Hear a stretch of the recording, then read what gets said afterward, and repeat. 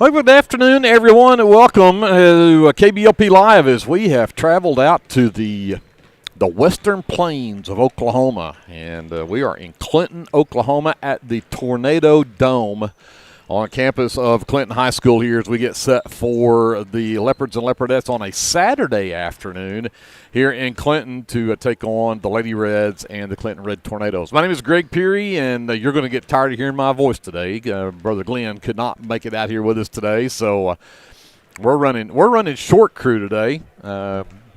Andrew was not able to make it with us out here today either, so Kevin Scruggs over on the camera, J.D. Scruggs on the live stream, and Jason Wallenberg running the FM side of things back for us at the studios in downtown Lindsay, Oklahoma. I don't know if y'all realize how important we have to be, because Jason Wallenberg has a very, very busy social schedule. And for Jason to take out of his Saturday afternoon schedule to take care of us on the KBLP live stream is that's a big deal, and we've got the best running things. So thank you, Jason, for doing that for us today. But that being said, my name is Greg Peary. Glad that you've joined us here for this broadcast of Leopardette basketball presented by the American Exchange Bank in Lindsay, as we will get set up for this one. This is a Leopardette team who is coming in off of a loss to what, when the rankings come out, will likely be the number one team in the state of Oklahoma in the Class 3A, the Washington Lady Warriors, who were just unstoppable as we were over there on the Tuesday night. And the Leopardettes ended up on the downside of a 53-20 loss of that ball game. And they did get 6 points from Cannon Russell before she fouled out late in the ball game. Got 5 from Jolie McReynolds, 4 apiece from Leslie Wilmot, Maddie McGowan. Gracie Bray had a free throw there in the third quarter. And, again, only 20 points for the Leopardettes, and visited with Coach Cater before today's game a little bit. And we talked about game plans for today against the Lady Reds, but I said you really need to do to them what the Lady Warriors did to y'all the other night, and that's force you into 30 turnovers. And he admitted, we are not talking about the 30 turnovers. We're not going to talk about those things. And I said, okay, I won't mention it again. But I just did. At that point, though, this is a Leopardette team that, again, you just ran into probably the number one team in the state. And he and I both agreed, the Lady Warrior team last season played for a state championship against Idabel, lost that game, but did not lose anybody off of that team. They're all back. They've added some others, and he and I both agreed that that's probably the best Lady Warrior team we've seen in a really long time, and they're better than the team they were last year that went to the state finals. So don't judge too much on the Leopardettes' performance on that. I mean, it was of course, your season opener. You're on the road in Washington against that good of a ball team, and the Leopardettes are certainly going to bounce back from that today. They're going to take on a Lady Reds team that comes in 0-2 on the season, lost to Hera back on Tuesday night, lost to Blanchard last night. Hera beat them 90-27. They lost to Blanchard Lady Lions last night, 73-29. Actually, that was Thursday night. I got to get my days right here. That was Thursday night that they played to Blanchard, and so this is a Lady Reds team that has struggled over the years. They actually went 0-24 last season. Did not win a ball game, and I could have sworn I printed out some other information here that I was going to share, but somehow I either managed to not grab it off of my printer or I didn't bring it with me. But they did actually. Here it is. They went 0-24 last season, 2-22 the season before. And they did go 14-13 back in the 21-22 season, but the last two seasons they only managed 2 wins and 46 losses. So this is a down program right now. Again, from a season ago where they were just above 500 from 3 seasons ago. But they've got some pieces here that really look good against. Watch the Blanchard footage. This Lady Reds team. They are led by a senior, number 5, Lillian Lime is her name, 5'9" senior. Typically will try to run the point for them. She is a three-point shooter, but at 5'9", she can also post up inside. She's got a mid-range game. They've also got a freshman in Riley Rodebush that they're very high on. Brooke Aston is a 5'8" sophomore that plays a lot for them as well. Arlena Kirkendall is just a freshman, and she also has some talent and does like a really good three-point shot as well. So this is a very young team. They actually have the one senior in Lillian Lime, and then they have 4 juniors, a sophomore, and the rest are all freshmen. 2 sophomores and the rest are all freshmen. So a very young Lady Reds team. And the Leopardettes, looking at this, really should be able to come out here, I hope, and do some damage here on the Lady Reds' home floor. But this is, again, a game. I watched that Blanchard game against the Lady Reds, and Blanchard literally came out full court, trapping zone press, and forced a bunch of turnovers on the Lady Reds. And so that's a lot of what happened against the Leopardettes when they played Washington the other night, and that's why I mentioned the Coach Gator. I said, you just need to do to them same thing that Washington did to y'all. That's what Blanchard did, and it worked out for them. So we'll see if the Leopardettes can't pick up their first win of the season. Again, this is the second game of the season for them, and so far it's been all on the road for the Lindsay Leopardettes. We also have Game 2 coming up after this one with the Lindsay Leopards taking on the Clinton Red Tornadoes. The boys come in from Clinton 1-1 on the season. They defeated Hera 54-39 last Tuesday night, and then Thursday night they lost to the Blanchard Lions 56-39. In that ball game, the Lindsay Leopards played their first game of the season, of course, on Tuesday night against the Washington Warriors. And, of course, the Warriors are who they are. They are always tough, regardless of who's on the floor. And it was a 70-44 win for the Warriors. Leopards got 14, though, out of Creed Taylor for the night to lead the way. Had 10 for Bryce Cater. He was in double figures as well. And then had 8 for Gustavo Torres to lead the top 3 scorers for the Leopards. But, again, first game of the season, you're taking on Washington in their house. It's always tough to play over there. So see if the Leopards can also bounce back from that season opener loss and come in here and take one to the Clinton team, who, again, it's always odd to me, the difference in things. Clinton football has always been a powerhouse out here in western Oklahoma, and I think they went 9-3 this season in the football field. But this Clinton boys team went 4-22 last season on the basketball court. They went 3-21 the season before in basketball, and then, of course, just like the girls, 3 years ago they were 15-10. So the last couple of years have been down for both of these Clinton teams, but they're looking to build on that and try to make something happen this season. Hopefully the Leopards and Leopardettes can step in and do something about that here today.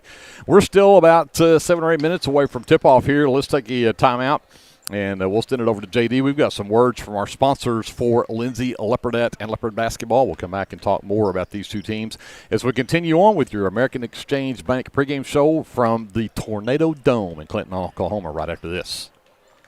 American Exchange Bank, right here in Lindsay, is a locally owned and operated community bank that believes in just that, you, a community of fellow Leopards.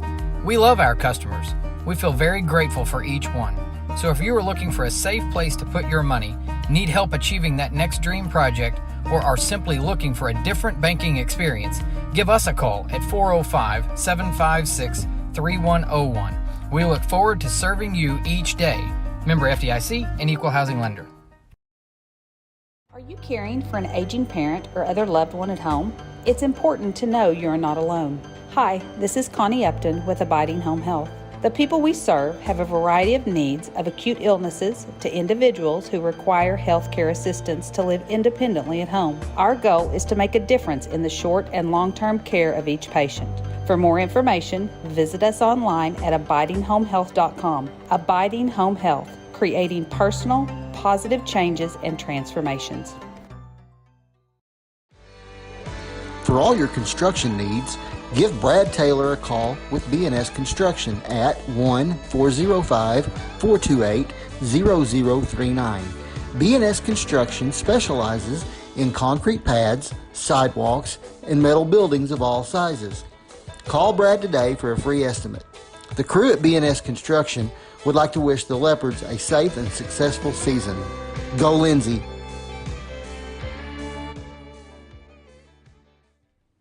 BC Factoring and Finance is a local, family-owned finance company. We assist small businesses with flexible and creative financing solutions to meet their cash flow needs. Call us to discuss ways we can help free up your time to focus on building your business. Visit us online at bcfactoring.com or give us a call at 405-259-2104. Go, Lindsay! Craving a taste of authentic Mexico right here in town? Head over to Casa 13. Dive into a variety of salsas, from zesty and mild to bold and spicy. Order to go and settle in for all your leopard action at home, and don't forget the drinks. Or come in and catch the Friday night football games live and curb your hunger.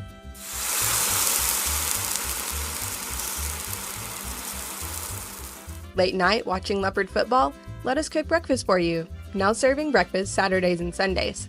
Come see us at 110 Southeast 4th Street. Go Leopards! This is Brandon Cottrell, pastor at Calvary Baptist Church. Just want to take a moment and invite you to come worship with us this Sunday. Classes begin at 9:30 and worship follows at 10:45. We have something for all ages each Wednesday night. Meals begin at 5:30 and Bible study follows at 6:30. We would love to have you come be a part of our worship. We're located 410 West Chickasaw. Come join us. Tonight's football broadcast is brought to you in part by the City of Lindsay, proud supporters of Lindsay Leopard football and all student endeavors at Lindsay Public Schools. Keep up with local information and events at cityoflindsay.com, which now offers easy online bill pay. Good luck to the Leopards this football season from the City of Lindsay. Clements Insurance provides insurance coverage to best suit your needs. We offer auto, home, farm, life, and business policies. Come by 109 West Chickasaw or call 405-756-2253. Clements Insurance is carrying on the tradition to satisfy you. So come see me, Keith, or Beth. Go Lindsay. Cody Klingman and everybody at Klingman Incorporated want to send out best wishes to the Lindsay Leopard football team. Klingman Incorporated is always proud to support Lindsay school activities. So here's to a winning football season from everyone at Klingman Incorporated. Hey friends, Danny Daniels here. I wanted to take a moment and let you know about a very helpful service that I provide for you and your family in our community. I own and operate Danny Daniels Pest Services, and I would like to ask you to call me the next time you have a need or desire for effective, safe, and affordable pest services. If you have spiders, roaches, ants, fleas, ticks, scorpions, crickets, whatever, I can help. Give me a call at 405-428-3833. That's 405-428-3833. I'd be glad to help. Whether you want to promote your business or unite your team, depend on Design It. Locally owned and operated, we are dedicated to offering the service you need to give you the results you deserve. We are committed to providing you with custom screen printing, embroidery, custom graphic designs, logo designs, and we have a creative arts department and an in-house artist who can take your idea and give it our professional touch with custom art services. Contact us today.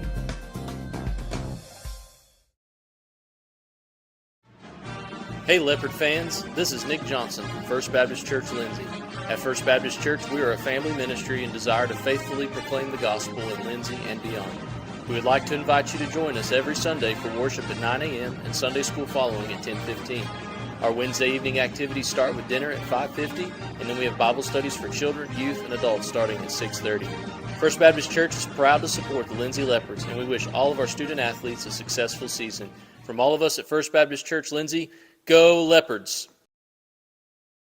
For all your tax services, contact Grant and Katie Johnson, CPA. Grant and Katie are certified public accountants that provide full-service accounting, bookkeeping, payroll, and tax services. With 2 offices, one located at 600 Southeast 4th Street in Lindsay, Oklahoma, and another at 313 North Walnut in Pauls Valley, Grant and Katie are ready to meet your CPA needs. Give Grant or Katie a call at 405-238-2727 and set up your appointment today. Hey, Hey there, this is Trace Adams with Hassler Hot Oil Service. We are family owned and operated with over 25 years experience. I am a fourth generation Lindsay Leopard, and we proudly support Lindsay Leopards and Leopardettes athletically and academically in all their endeavors. Call my dad, Greg Adams, at 405-756-6075 for all of your hot oiler needs. Again, that's 405-756-6075. Go, Lindsay! Get your game day, or any day, off to a great start with Hot Mess Coffee at 213 South Main in Lindsay. Hot Mess Coffee Co. offers coffees, lattes, teas, and other tasty beverages, plus great food, too. Good luck to the Lindsay Leopards from Hot Mess Coffee Co. and Java House Realty at 213 South Main in Lindsay. Hughes Heat and Air is a family-owned business that serves Lindsay and surrounding areas. Hughes Heat and Air provides service for residential and commercial jobs, including simple repairs and new installations. Hugh and his crew take pride in providing professional, efficient, and reliable work at affordable rates. For your next heat and air project, give Hugh a call at 1-405-756-6399. Good luck, Lindsay.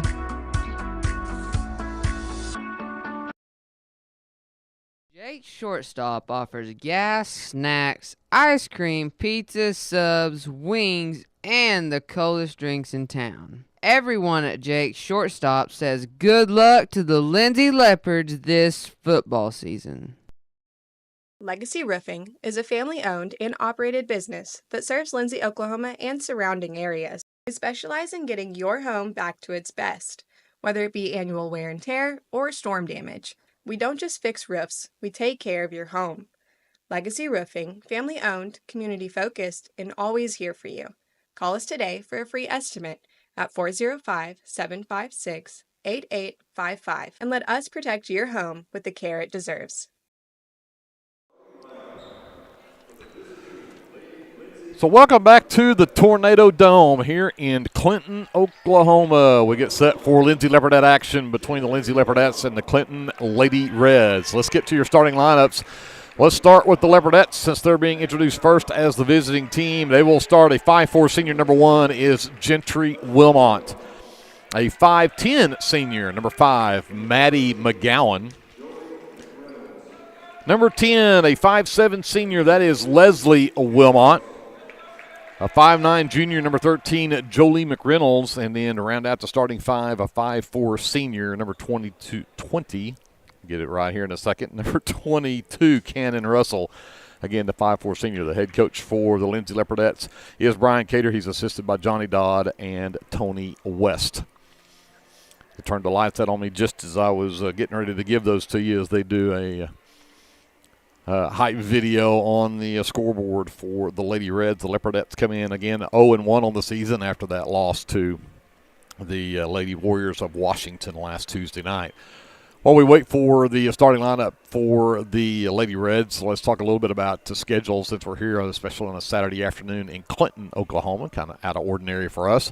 We will be back home on a Tuesday night next week as we'll finally get that home opener back at home against the Marlowe Outlaws and Lady Outlaws. So we'll be back at Leopard Arena for the home opener on a Tuesday next week. Thursday, Friday, Saturday next week, the Leopards and Leopardettes are going to be in a Tishomingo tournament.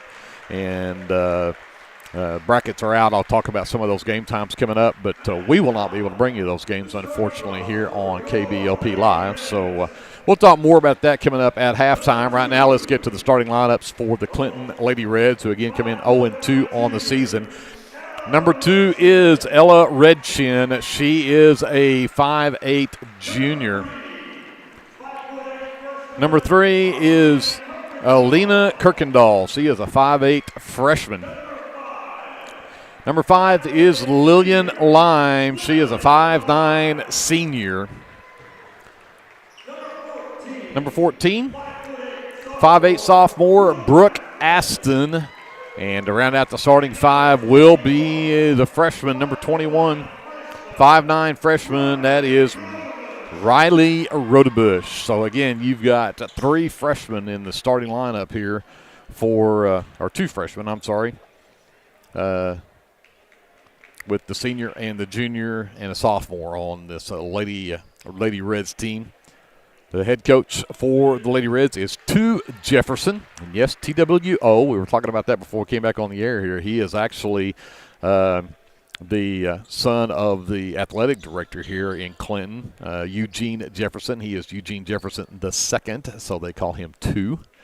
And his brother actually is also employed here. He is runs the radio, does the live stream for the Clinton Athletics here as well. So kind of a family affair here with the Jeffersons in the Clinton. But my name is Greg Peary. J.D. Scruggs over on the live stream. Kevin Scruggs running the camera. So if the camera work is off today, it is all Kevin's fault. We can't blame anybody else. So we're about ready to get things underway here. As McReynolds steps to the center circle, will match up against Lillian Lime to tip this one away. And tight, but McReynolds tips it in the backcourt. McGowan will get it to Russell. Set up the offense. Looks like a 2-3 zone here early. And Russell just steps up to top of the key, short with the three. The offensive rebound, pulled down. Gentry Wilmot back out to Russell. She'll try a three again. That one is also short. Rebound comes out. Lady Reds with basketball. Some pressure from the Leopardettes. They break the press, and then we'll get a jump ball. Did they get a travel? Called a foul. Okay, I didn't see that coming at all. Looked like a pretty good jump ball there. If they get that foul on Cannon Russell, it'll be her first. Man defense from Leopardettes, forcing a tough inbound. They do finally get it in. Ball's loose, and they're still going to say Russell the last to touch it on the inline. It'll stay with the Lady Reds.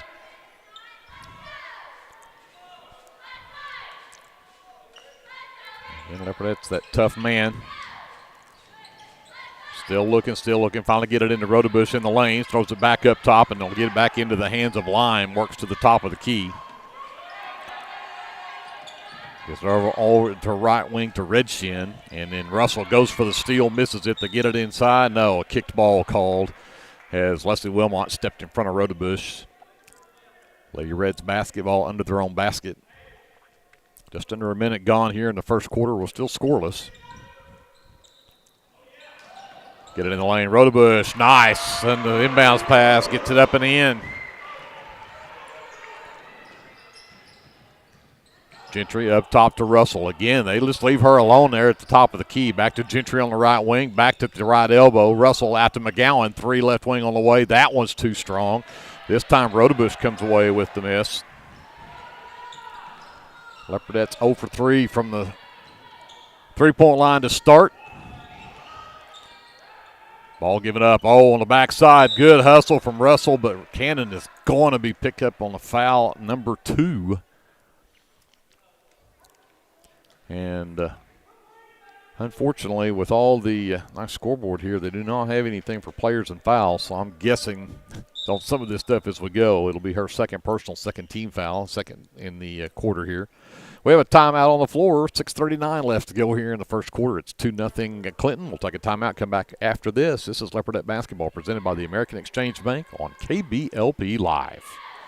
If you find yourself in Chickasha, Oklahoma, stop by Legends Pub House and Venue for lunch or supper. Legends also brings you some of the best concerts around. Everyone at Legends would like to wish the Lindsay Leopards good luck this football season. Go Leopards!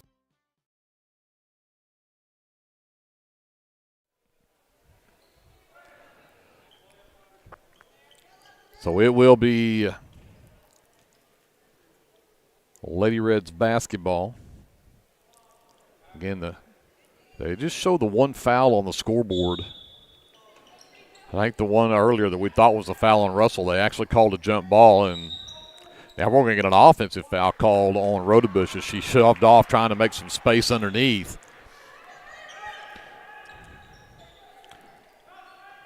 So Riley Rodebush picks up the first team foul, and the Leopardettes will turn it over going the other way, try getting in too big a hurry going back to break that press. 6:34 left here in the first. It is 2-0 Lady Reds on top of the Leopardettes. Pressure in the backcourt. McReynolds all over Redshin. Again, down the floor to Rodebush. She gives it right back up to Kirkendall. Beam drives down to Kirkendall. Back up top to Redshin. Redshin over on the right side to Ashton. Lime looks inside, and a steal. Oh, had her foot on the baseline when she grabbed a hold of it, so Russell did a great job of coming up with the steal, but on the end line, it'll stay with Clinton. Redshin to Trigger on the baseline.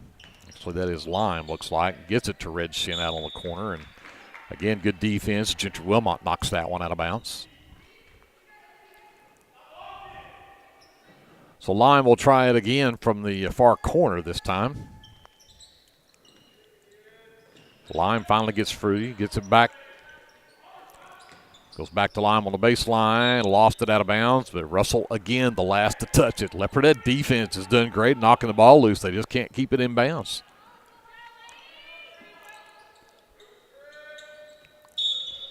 And we're going to have a foul here.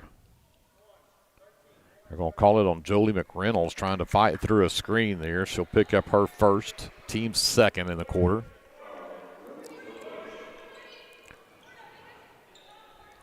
So Lime will step out to Trigger again on the baseline. And now we've got a couple of officials going to put their heads together here and talk about this.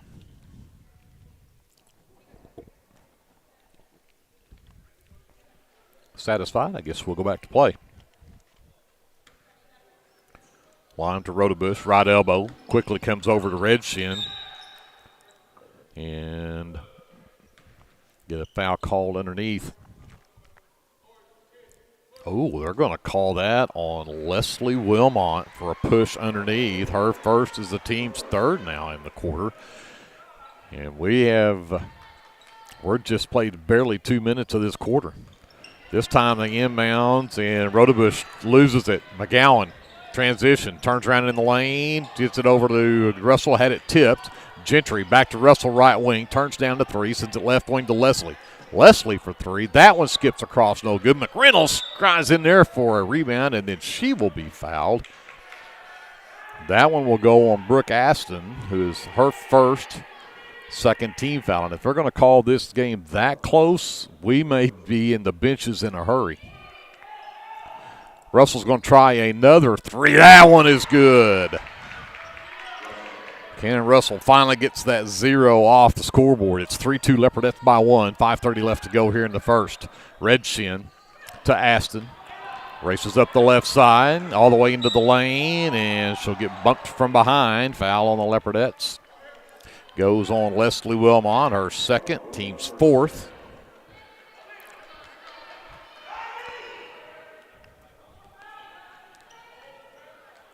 Leopardettes are probably a little gun-shy here because we didn't get anything called in that Washington game, and now they're calling everything in this one. Rodebush couldn't handle the pass, but it ends up in the lane with Kirkendall, and Kirkendall traveled with it. Got the shot to go, but she turns it over on the travel. So Leopardettes will get it back. Full court pressure from the Lady Reds. Leslie to McGowan, easily across the timeline, has a 3-on-3 going. She'll pull it back out to Gentry. Skip it left side, McReynolds.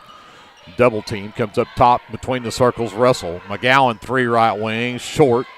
Rebound, Russell tried to tip it, but it ended up in the hands of Aston.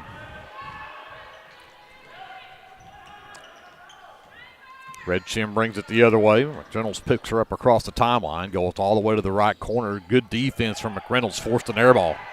Gentry Wilmot with the rebound, pushes the other way, comes up the right side, stops right wing. Surveys, gives it into Leslie, short corner right side. Comes back out to Gentry and turned it over. Bad pass, Leopardette's third turnover.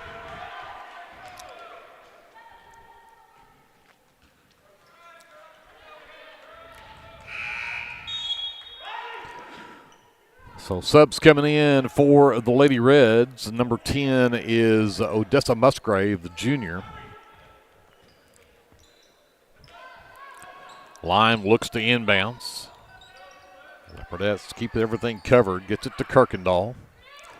Back out to Lime near the half line. She'll set up the offense. Goes to Rodebush. Bad pass at her knees, and somehow Lime nearly came back up with it, and they're going to say that was last touched by McGowan. So stays with Clinton with 4:21 left here in the first. It's still 3-2. Leopardettes by 1. Tough defense again. Rodebush backs McGowan down. McGowan the block. Wilmot the rebound. Gentry pushes the other way. Sends it out right side. Leslie short corner 3. That one's short. That was actually just a 2. My apologies. We'll have a jump ball at the other end. Cannon Russell goes to the floor. Ties it up with Musgrave. Leopardettes have the possession arrow. Gentry to inbounds. Lobs it into the lane. McGowan can't get it to drop.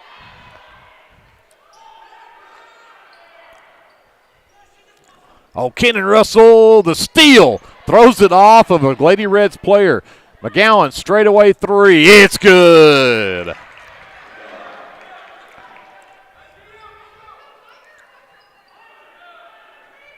(6-2) Leopardettes. Leopardettes with the full court pressure. 3:40 left to go here in the first.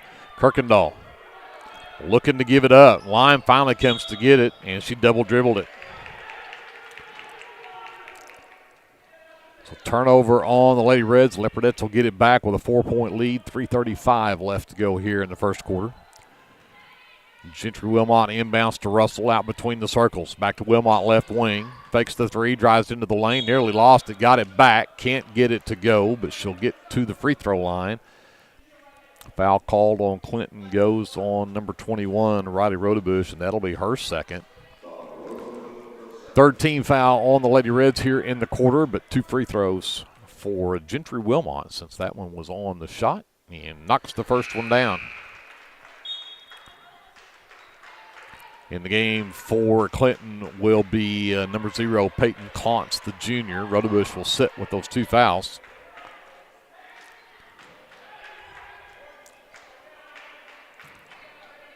Wilmot readies for her second free throw. Gentry sends this one on the way. That one's also good. She's got 2 in the ball game, and it's 8-2 Leopardettes on an 8-0 run since going down 2-0 early. 3:30 left here in the first. Jolie McReynolds nearly a steal. But again, knocks it out of bounds. Leopardettes in this full court man pressure. And in off the bench for Coach Jefferson, number 14, and Brooke Aston returns. Musgrave will sit. Lime looks to inbounds. Gets it to Kirkendall, picked up by Gentry. Comes to Aston. Aston picks up her dribble, sends it back to Redshin. McReynolds has her in the backcourt. She'll get across the timeline. Bad pass off the feet of Brooke Aston. That'll be turnover number 3 on the Lady Reds. Leopardettes get it back. Russell picked up by Klontz, sends it left side to Leslie. McReynolds wide open 3 left side. Jolie Reynolds short.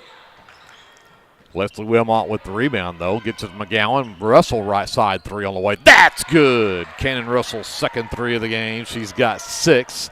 And it's an 11-2 run now for the Leopardettes. Just under 3 left to go here on the first quarter. And there is Gentry Wilmot doing her best to come up with a steal. And I actually thought she'd got that one bounced off the leg of Kirkendall. But they say it's going to go back to Clinton.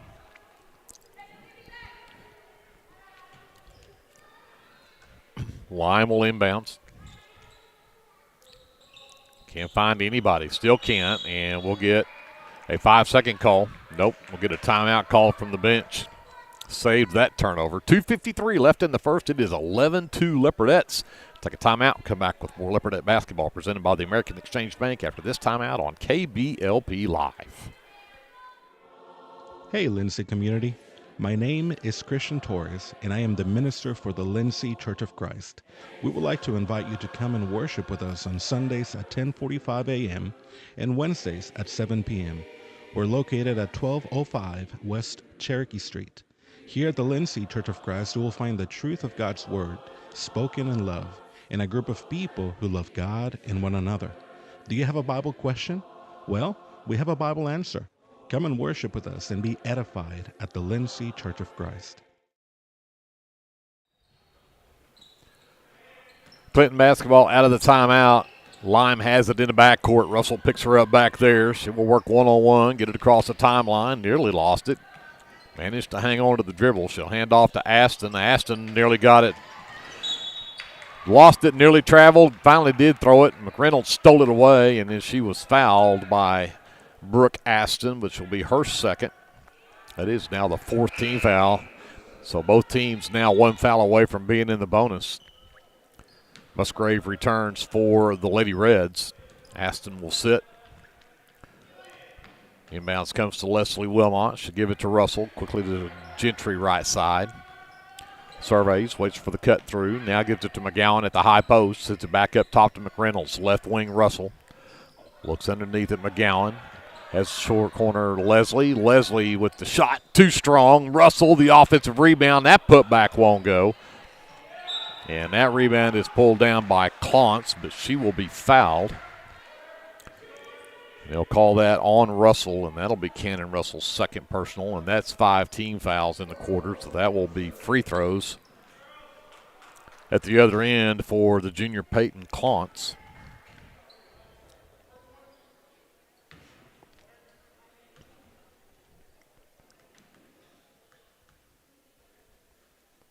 First one on the way, and back rim no good.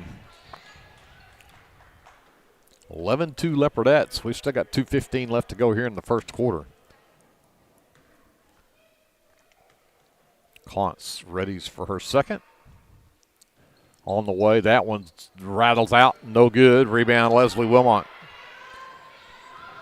Quickly comes McReynolds the other way. The left-hander up and good. That's a nice strong move from McReynolds. Had contact behind her. Still able to get that one up and in to give the Leopardettes a 13-2 lead and extend this 11-0 run. And a 5-second count. Lime could not find anybody to throw to. The Leopardettes forced the 4th turnover now on the Lady Reds. Gentry inbounds, right wing, right back to Gentry. Right corner 3 is on the way, and it's good. 4th 3 now. The quarter as Gentry Wilmot gets her first field goal of the half, makes it 16-2 Leopardettes. Lime to inbound. Gets it to Musgrave, gives it right back to Lime as she will work against Russell bringing it up the floor. Gets to the right wing, steps through. Gentry Wilmot knocks the pass loose, but Clontz comes up with it. Cannon Russell nearly came up with another steal, but Lime hangs on to it. She'll back out, set it up, and McReynolds timed that perfectly. If she just could have handled it. Knocks it out of bounds, and it'll stay with the Lady Reds. And that will get to number 23, Ava Hassler, the 5'4 freshman off the bench for the Leopardettes. Give a break to Cannon Russell. Rodebush returns for the Lady Reds, along with the number 3, Kirkendall. Lime gets it in to Aston. Lime out near the half line. Hand off to Kirkendall. To Redshin. Back up top to Aston. Back over right side to Lime. Works to the top of the key. Reverses back to her right. Looks for the backdoor cut. Could not get the pass where Aston could handle it. That's 5 turnovers on the Lady Reds. And that gets Musgrave and Clontz back in the ball game. Aston and Rodebush check back out. The Leopardettes will send Cannon Russell back on the floor in place of Hassler. Leslie Wilmot pushes the other way, stops right wing, comes up top. Russell left side, long 3, just off the back iron from McReynolds, but an offensive rebound by Leslie to Gentry in the right corner, and her 3 is good. 19-2 Leopardettes.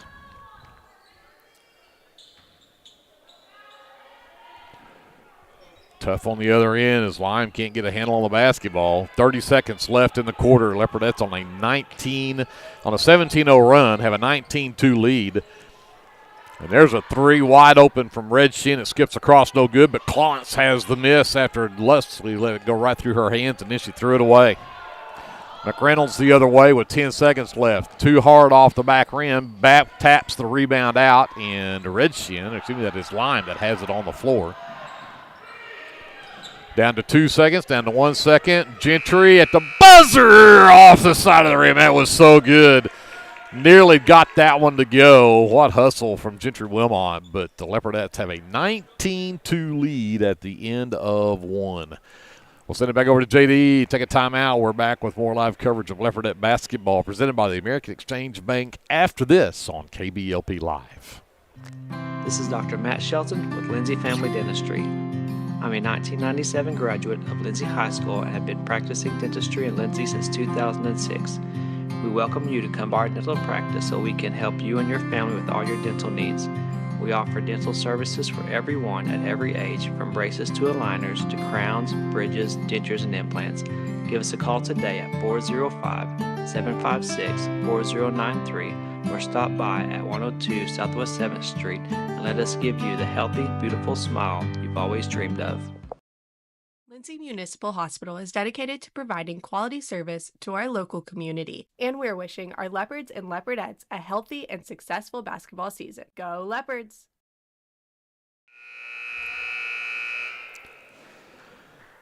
Get ready to start the second quarter. It looks like it will be Lady Reds basketball to start this second quarter. The Leopardettes went down 2-0 early. Since then, it is a 17-0 run behind 5 3-point baskets in that quarter. Gentry had 2, Cannon had 2, Maddie had 1.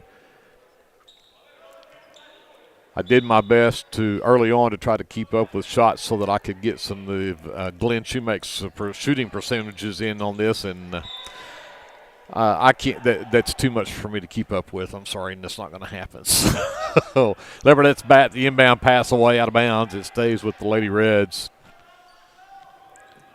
In the game for the Leopardettes, number 45, Alondra Lopez, the 5'9 junior. McReynolds nearly a steal there, but Redshin will give it up to Lime out near the half line. Russell goes out to pick her up. Goes left, comes back right, picks up her dribble. Can't find anybody. Should have a 5-second count going. Still should have, and finally get it. Great defense. Missed number 4, Gracie Bray, the sophomore, also in the game for the Leopardettes, and missed her getting her checked in, along with the number 20, Kylie Byram, the 5'5 sophomore. McReynolds got away from Kirkendall, gives it up to Russell. Has Ponce all over her out there.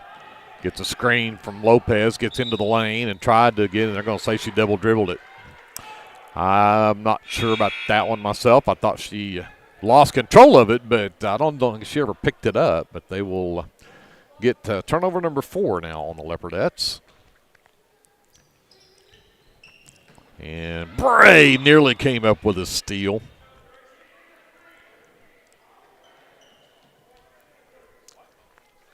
Lime moves over to the sideline now to trigger in.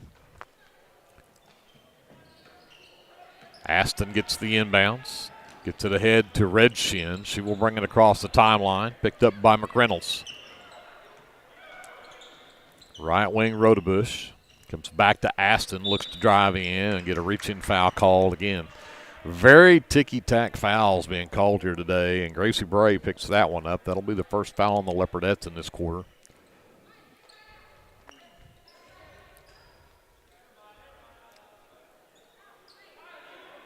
And got subs coming in for the Leopardettes. Things confused. McReynolds does check out as Hassler checks back in. Lime gets the basketball. Russell on her. Pushes her right.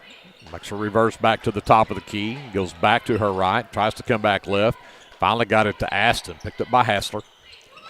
Inside, they look at Kirkendall, and they're going to get a bump underneath. And that foul probably goes on Byram. We'll double check here. They do. Kylie Byram picks up her first, team's second, and we'll send Arlena Kirkendall to the free throw line. Lady Reds 0 for 2 at the line tonight. A lot of fouls called, but they haven't shot a lot of free throws tonight. That's Leopardettes for 2 for 2 as Gentry Wilmot hit a couple early. That's 0 for 3 now for Lady Reds. As again, Subs coming in. Coach Jefferson's actually doing an offense for defensive sub every time there's a dead ball. It's kind of interesting already. Clance is back in the ballgame. Kirkendall readies for her second free throw. That one will not drop either. Long rebound. Lopez tracks it down in the corner. Has a wide open Bray at the other end of the floor. Got it to her. Hands it to Hassler. Hassler to Russell in transition. Russell up and in. That's great teamwork. Great passing, and got an easy layup for Cannon Russell to make it 21-2 Leopardettes.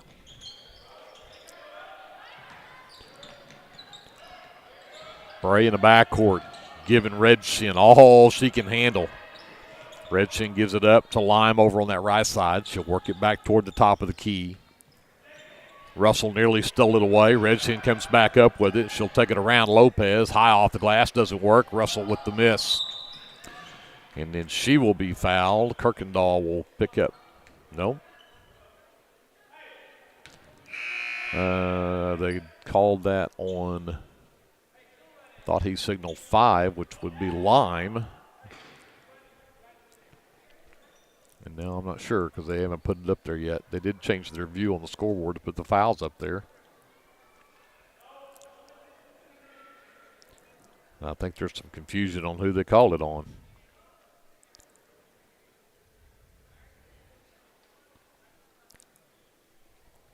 It is the second team foul.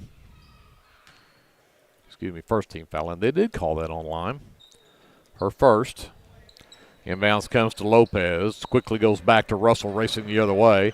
All the way to the other side, and that is Byram who missed the short. Rebound comes down to Lime. Lillian Lime pushes the other way, gets to the top of the key, goes down the right side of the lane, stops right elbow, puts it up short. Rebound is loose. Lopez picks up her second board of the night. Turnover Leopardettes. They're fifth.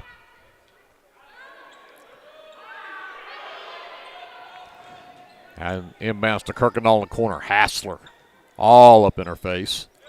Forces it inside. Lime turns around on Russell, puts it up off the glass and in. Lillian Lime finally gets her first basket of the game. Breaks a long drought, makes it 21-4, and then the Leopardettes turn it over.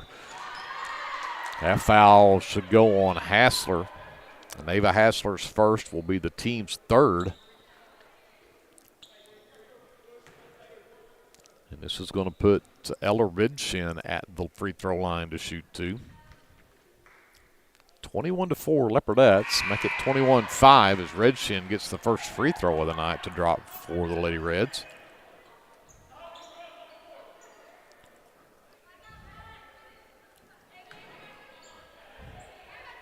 Musgrave checks out. Number 12 is Lissa Day, the junior that checks in for Clinton. Redshin puts Tube in the basket for her 2 points on the day. Makes it 21-6 Leopardettes. 5:34 left to go here in the first half. Gentry Wilmot back in the ballgame along with McGowan.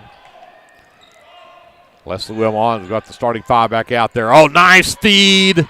McReynolds inside to McGowan for an easy one. 23-6 Leopardettes. Lime finally gets it into Redshin. McReynolds on the defense. They'll bring it up the floor. Leopardettes bring the trap. She got it away to Lime, top of the key. Picked up by Gentry. Takes Gentry into the lane. Jumper up and good for Lillian Lime. 23-8. Leopardette lead at 15. Leslie gives it up to Gentry. Right up the middle of the floor, high post. McGowan turns around, gets around Rodebush, puts it off, leaves it short though. Rebound pulled down by Lime. She's going to push the other way. Russell shuts her down on that right wing, comes up top. Day, pass is knocked away, but Redshin tracks it down. Comes back to Lime, who might have got away with a travel right there. Took about 3 steps before that free throw or rebound. The dribble got down. Rebound pulled down on the missed shot by Day. This time it comes down to the Leopardettes, and then Gentry tries to push it away up the floor to Russell and throws it out of bounds. Turnover number 6. Got ahead of myself and tried to talk about 3 different things at the same time that last trip, and I sounded like I didn't have any idea what I was talking about. Lady Red basketball. 4:15 left here in the first half, 23-8 Leopardettes. Rodebush pushes it up the right side on McGowan, takes it all the way down, dumps underneath. Great timing. Cannon Russell comes away with the steal. 3-on-2 break, done over to McGowan, and McGowan, it's blocked by Red Shin. And then Red Shin nearly threw it away, and Lime lost it again. And we're going to have a timeout called by the Lady Reds. 23-8, Leopardettes by 15. We'll come back after this timeout. This is live coverage of Leopardette basketball presented by the American Exchange Bank here on KBLP Live.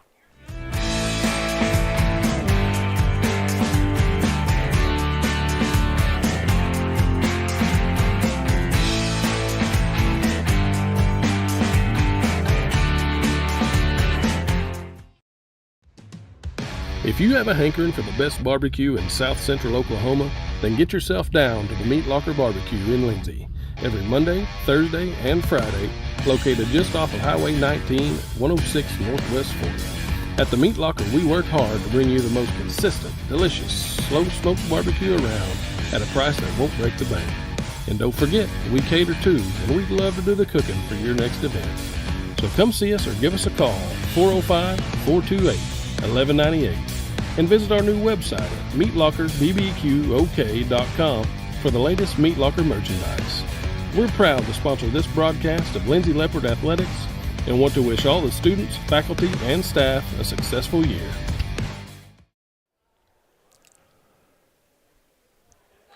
Back with 3:55 left to go in the first half, 23-8. Leopardettes with a 15-point lead, but the Clinton Lady Reds with the ball coming out of the timeout. Lime gets it to Aston out near the half court, picked up by Gentry.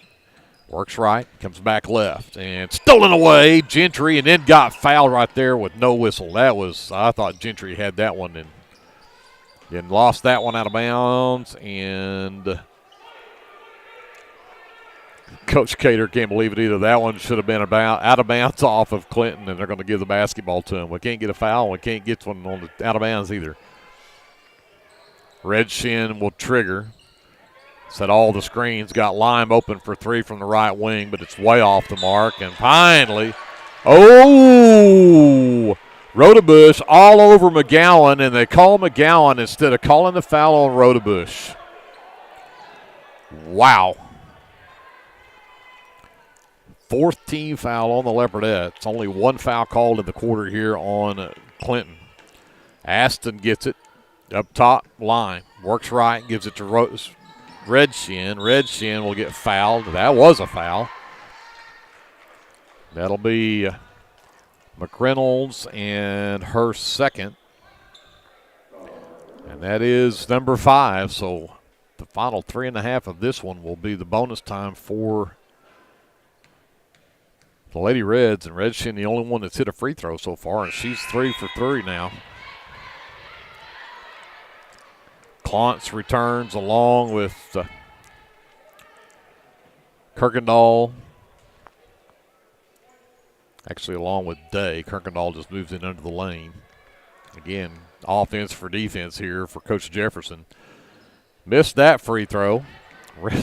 Leslie with a great block out gets the rebound. Quickly ahead to go to McReynolds. She drives in from the left lane, a Euro step, and then they finally do get a reach-in foul called on the Lady Reds. I think it'll go on Day. I'll double check it here. They do. So Lissa Day's first is just the second team foul here. Again, thought that should have been on the shot. McReynolds was trying to go up and shoot the ball right there. There's Russell for 3. That skips across, no good. Kirkendall comes down with the miss. Here comes Lime. Forces it down the right side of the lane, turns around, lost the handle. Gentry comes up with the steal. Triple teamed and can't get it back. So one turnover to the other. Lime has Russell right in her face, knocked it loose, and now we'll get an offensive foul called on Lillian Lime, who can't believe it. But Lime picks up her second personal. Third team foul. Gentry will inbound for the Leopardettes. Russell in the backcourt. Gets it to McReynolds. Nobody picks her up. She pushes it up to the right elbow. Skip past, thrown completely away. Stolen away. Here's Redshin the other way. Leslie wanted to go get that, but Day was right in her way. She couldn't get there. Redshin forces one up, skips out, no good. McGowan comes away with it, and a timeout will be called by the Leopardettes.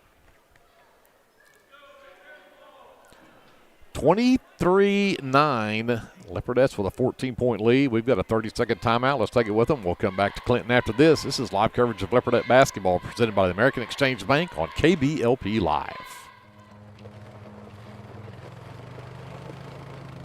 Looking for your next adventure?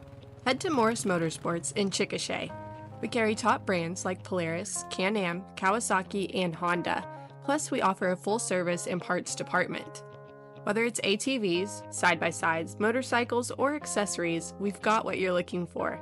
Visit morrismotorsports.com or give us a call at 405-224-6113. At Morris Motorsports, we don't just sell machines, we sell fun. Leopardette basketball out of the timeout. Lady Reds pull out of their full court press, back up into a 2-3 zone. Russell out to McGowan for a three from the left wing. It's short. Leslie Wilmot, the rebound and the putback. First basket of the night for Leslie makes it 25-9 Leopardettes. We approach 2 minutes left here in the second quarter. Leopardettes stay in their full court man. Lime will push it up. Again, pushes right. Steps through a double team, high off the glass, and got it to drop. Lime has 6. It's 25-11. Leopardette lead back to 14. Leslie inside. McGowan double teams. Tried to send it across to McReynolds. It's stolen away by Lime. 9th turnover on the Leopardettes. Redshin started to hand it off and decided Day wasn't ready for it, and now they'll call her for it. She did that earlier, and they didn't call it when she was going to hand it off to Day and realized it was Day and kept it, but she did get called for that one. That's now 9 turnovers also on the Lady Reds. Musgrave returns. Day will check out for Clinton. And they will only pick up 2 in the backcourt. Gentry with it. Picked up by Day, gets around her, drives all the way down, gets a nice screen from McGowan, but got her shot blocked. A lot of contact on that block, but Gentry knocks the pass out of bounds on the other end. It'll stay with Clinton, but and again, here comes Rodebush and Aston, and Klontz and Musgrave check out as if there's a dead ball and they're coming back on offense. Coach Jefferson's bringing them back in. We approach 1 minute left before halftime. Leopardettes hanging on to a 14-point lead. Red Shin, and there's a travel as Aston did not put a dribble down and took a couple of steps before she passed it off. And again, here comes the offense for defense. Musgrave and Klontz check in, and Rodebush and Aston check out. Gentry gets it to Cannon Russell in the backcourt. 1 minute left. Russell against Klontz, gets across the timeline, gets it to Leslie, high on the left side, get to the left corner, McReynolds. Inside McGowan, double team, triple team, girls hanging all over and end up getting the ball stripped. 10th turnover on the Leopardettes. Here comes Redshin, pushes it all the way down, puts it up, blocked by McReynolds. Leslie Wilmot, the rebound. That's her 5th rebound. Gentry underneath the McGowan, patted out of bounds. Last touched by Kirkendall. It'll be Leopardette basketball. 30 seconds left before halftime. 14-point Leopardette lead. Russell gets it right wing, right back to Gentry. Let Lime go fly past, but missed the bump. Leslie picks it up, though. Goes back to Gentry right wing. She's got around Kirkendall. Picked up on the baseline, but got it to go. Nice shot from Gentry Wilmot. She's got 10 in the ball game. 27-11. Leopardettes the lead. 7 left on the clock. Stray shot. And Gentry has a chance. 2-1. Got it up. Do they count it? Yes, count the basket. Good hustle. Gentry Wilmot races down the floor. Got the buzzer beater, and makes it 29-11. Leopardettes by 18 at halftime. Send it back over to JD. We'll take a timeout, figure out our officially unofficial stats from this first half. We're back with more from the Tornado Dome in Clinton right after this on KBLP Live. Capturing all your special moments is such a blessing to me, from running down the ball field to walking down the aisle. Call or text Photography Blessings by Lacey for all your photography needs. 405-428-0305. Go Leopards and Leopardettes. Physical Therapy Central in Lindsay, Oklahoma is here for you, whether you're a dedicated athlete or you're just trying to navigate your new normal. Our team is dedicated to providing quality service to make your experience as easy as possible. We're wishing our Leopards and Leopardettes a healthy, happy, successful basketball season. At Rural Electric Cooperative, we're committed to providing electric power and opportunity to the many areas our members call home. That includes supporting youth programs that teach life skills and build character. With REC, you're more than a customer, you're a member owner. And that's why we're always working hard to provide you with the most dependable electric power possible. As a Touchstone Energy Cooperative, REC is dedicated to providing the best service possible and supporting the communities in our service area.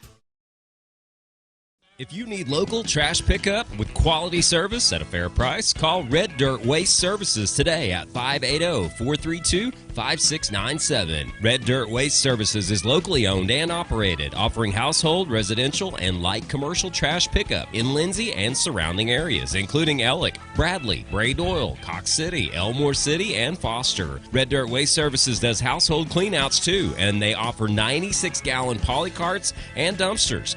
Bagged, loose, or heavy items, doesn't matter, they'll come get it. Red Dirt Waste Services even offers valet service, so you don't even have to take your trash to the curb. Schedule your weekly pickup today by calling 580-432-5697. Stop paying more than you have to for quality, dependable, and locally owned trash pickup. Call Red Dirt Waste Services at 580-432-5697. That's 580-432-5697. Do you have your Oklahoma medical marijuana card, or do you need your card? Rusty's can help you with that. We are your local vape shop and dispensary with more than 6 years of service as a modern smoke shop. Rusty's is located 1 block north of Cherokee Street at 204 Northwest 4th Street in Lindsay, and half a mile east of I-35 at 2401 West Grant Street in Pauls Valley. Get your stash at Rusty's. S&H Tank Service is your choice for Lindsay-owned and operated vacuum truck service. S&H Tank Service's fleet is equipped with transports, bobtails, pump and kill trucks rated up to 10,000 PSI, plus hot oil units, rock trailers, frac tanks, mud and shell haul-off pits, and soil farming. As Lindsay High School graduates, S&H is proud to support Lindsay schools and all of their student activities. S&H Tank Service would like to wish the Leopards and Leopardettes the best of luck in everything they do. Give S&H a call anytime, 24/7 at 405-756-3121. That's 405-756-3121. And remember, your phone starts our trucks. That's S&H Tank Service of Lindsay.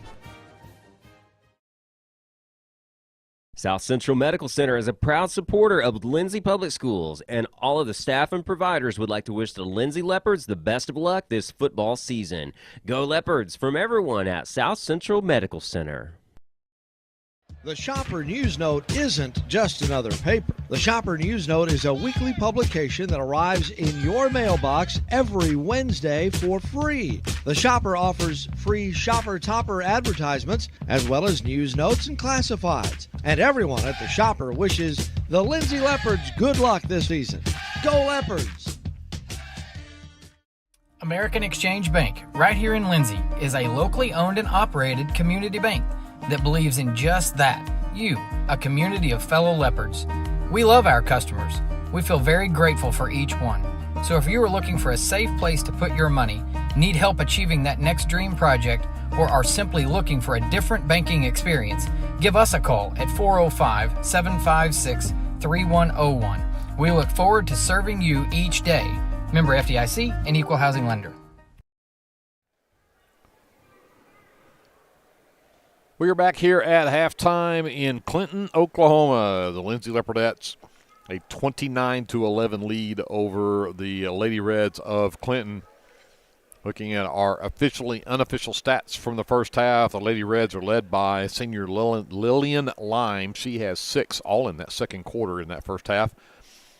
3 from Ella Redchin. She's 3 of 4 from the charity stripe, and then 2 from Riley Rodebush. Rounds out the scoring for the Lady Reds. They did go 3 of 6 from the free throw line in that first half.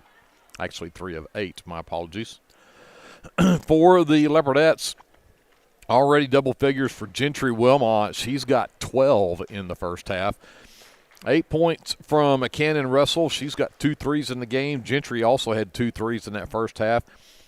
Maddie McGowan has 5 points, including a 3-point basket as well in the first half, and then 2 apiece from Jolie McReynolds and from Leslie Wilmot. Leslie Wilmot leads the way on the glass for the Leopardettes with 5 as the Leopardettes out-rebound Clinton by 9 in that first half, 16-7. Both teams do have 10 turnovers. The Leopardettes were 2 for 2 from the charity stripe in the first half, and that all adds up to an 18-point lead for the Leopardettes here at halftime. 29-11 our score. Don't forget we got Leopard basketball coming up right after this. Lindsay Leopards coming off of that loss against Washington on Tuesday night. We'll look to bounce back from that, take on a Clinton team who lost to Blanchard on Thursday night. The Clinton team picked up a win over Hera back on Tuesday, but lost to Blanchard on Thursday, so they'll come in 1-1, and the Leopards will see if they can pick up a win on Clinton's home floor here tonight. Talk a little bit about our schedule earlier. Of course, the Leopards and Leopardettes were supposed to play last night for their home opener against Davis, but Davis is playing for a state championship in football right now. In fact, that game is going on right now. Kevin just reported it's 28-10 in the third quarter. Davis leading in that football game. So, again, the reason that we did not play that game, and you can put your calendars, that game has been rescheduled to January the 3rd, which will actually be the Friday night before the kids all have to be back at school from Christmas break on Monday the 6th. So we'll play a game on Friday night. January the 3rd will be the makeup for that Davis game that was supposed to be last night that we did not play. Again, the Leopards and Leopardettes will be back home on Tuesday night, the home opener against the Marlowe Outlaws and Lady Outlaws. So we'll see you on Tuesday over there. Thursday, Friday, Saturday next week, the Boyd Hauser Invitational Basketball Tournament is going to be going on in Tishomingo. Leopards and Leopardettes will be down there playing. And, again, unfortunately, because of schedule conflicts, we will not get to bring you those games live from Tishomingo, but I can at least tell you when and who the Leopards and Leopardettes will be playing. On the girls' side of the bracket, the Lindsay Leopardettes will play at 6:30 Thursday night. They will take on the home team at Tishomingo. Again, that game will be at 6:30. The winner will move to a Friday night game at 6:30 and play the winner between Caney and Vanos. And then on the other side of the bracket is Silo against Colbert and Calera against Colgate. So lots of C's over there. Calera, Colgate, Colbert, Caney. And then you've got Silo, Lindsay, Tishomingo, and Vanos. So teams over there. The Lindsay Leopards will play on Thursday at 5:10, right before the Leopardettes play. They will take on Colgate.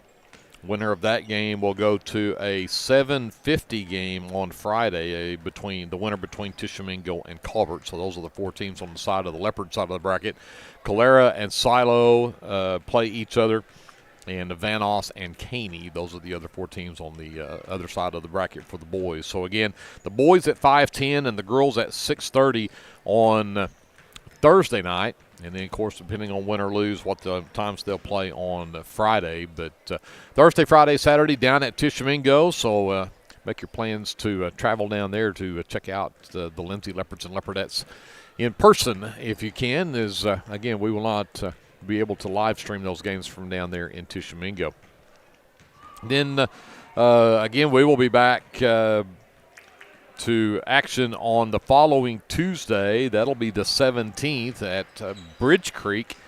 And I believe one more basketball game on the 20th as we will be at Crooked Oak. And that'll be the last game of the first half of, if you want to call it a half, of the basketball season. Will be the last game before Christmas break. So That has been your American Exchange Bank halftime show from here in Clinton at the Tornado Dome. We're just about ready to get back to second half action. Again, it's 29-11. Leopardettes up by 18, and they still have advertisements up on the scoreboard, so I can't see. Looks like the possession arrow is actually pointing in the direction of the Leopardettes, so we should get the ball to start this third quarter. My name's Greg Peary, alongside J.D. Scruggs running the live stream. Kevin Scruggs over on the camera. Jason Wallenberg handling things back in Lindsay on the FM side on FM 105.1 KBLP. Gentry, Russell, Leslie, McReynolds, and McGowan back on the floor for the Leopardettes, and now like a 1-2-2 zone from this Lady Red team. Leslie in the right corner, short corner, McReynolds, lob inside, McGowan fouled on the shot. I like the set, looking hard to get that in, and call the foul on number 14. That is Brooke Aston, and her third. Be the first foul on the Lady Reds here in this third quarter, as McGowan to the line for the first time today and drops the first one through to make it 30-11 Leopardettes. Second one is short, though, and Aston will come away with that miss.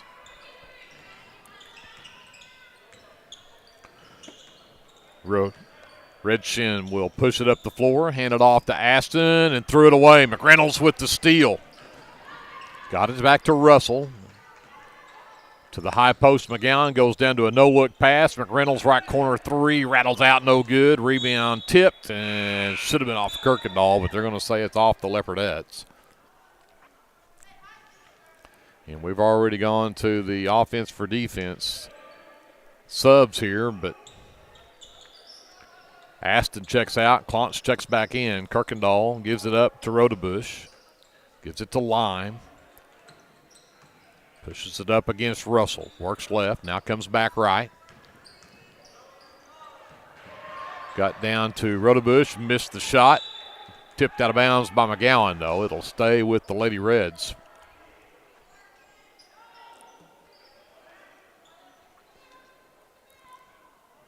Out of bounds for Lime to try to trigger on the baseline. Finally got it into Rodebush. Tried to go around McGowan. Got her own miss, and she'll not get that one to drop either, but I think they're going to get a foul on McGowan and give Rodebush 2 free throws. McGowan picks up her second. First team foul in the quarter on the Leopardettes, but that will put Riley Rodebush to the line for the first time tonight. I see Coach Cater on the floor saying, didn't she walk with that? And I kind of thought the same thing, but Rodebush misses the front end of 2. So it's still 30-11 Leopardettes as we're nearly a minute into this third quarter. Rodebush sends the second one on the way. That one's also off the mark. McGowan had it knocked out of her hands by Kirkendall. It'll stay with the Leopardettes. Full court man pressure from the Lady Reds this time. Inbounds to McGowan. Streaking Russell to the other end. Creates a 2-on-1 break. Russell to McReynolds. McReynolds up and in. Great work on breaking the press and getting an easy 2-on-1 basket at the other end to make it 32-11 Leopardettes. Rodebush in the backcourt. Gives it back up to Lime. They'll back up and let her bring it 1-on-1 now. McGowan brings it over to Trapp, but got it away to Rodebush. And timeout called by Coach Jefferson as he didn't like the way that was going. 6:35 left to go here in the third. It's 32-11 Leopardettes. We'll take a 30-second timeout. Come back to Clinton after this. This is live coverage of Leopardette basketball presented by the American Exchange Bank on KBLP Live.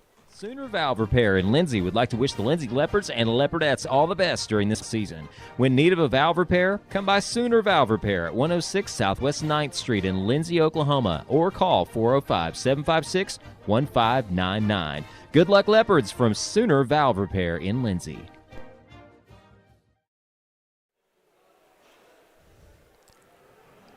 .635 left to go here in the third quarter. It's 32-11 Leopardettes, and Leopardettes kind of brought in that trap in the backcourt on that last possession down the floor, and Coach Jefferson was not real tickled with how that was looking, so he calls a timeout, try to make sure they understand how to handle that press. Keep in mind, this is a very young Lady Reds team. And so they've got 2 or 3 freshmen out there on the floor just about any time. And they'll make sure that these girls understand what they're supposed to do.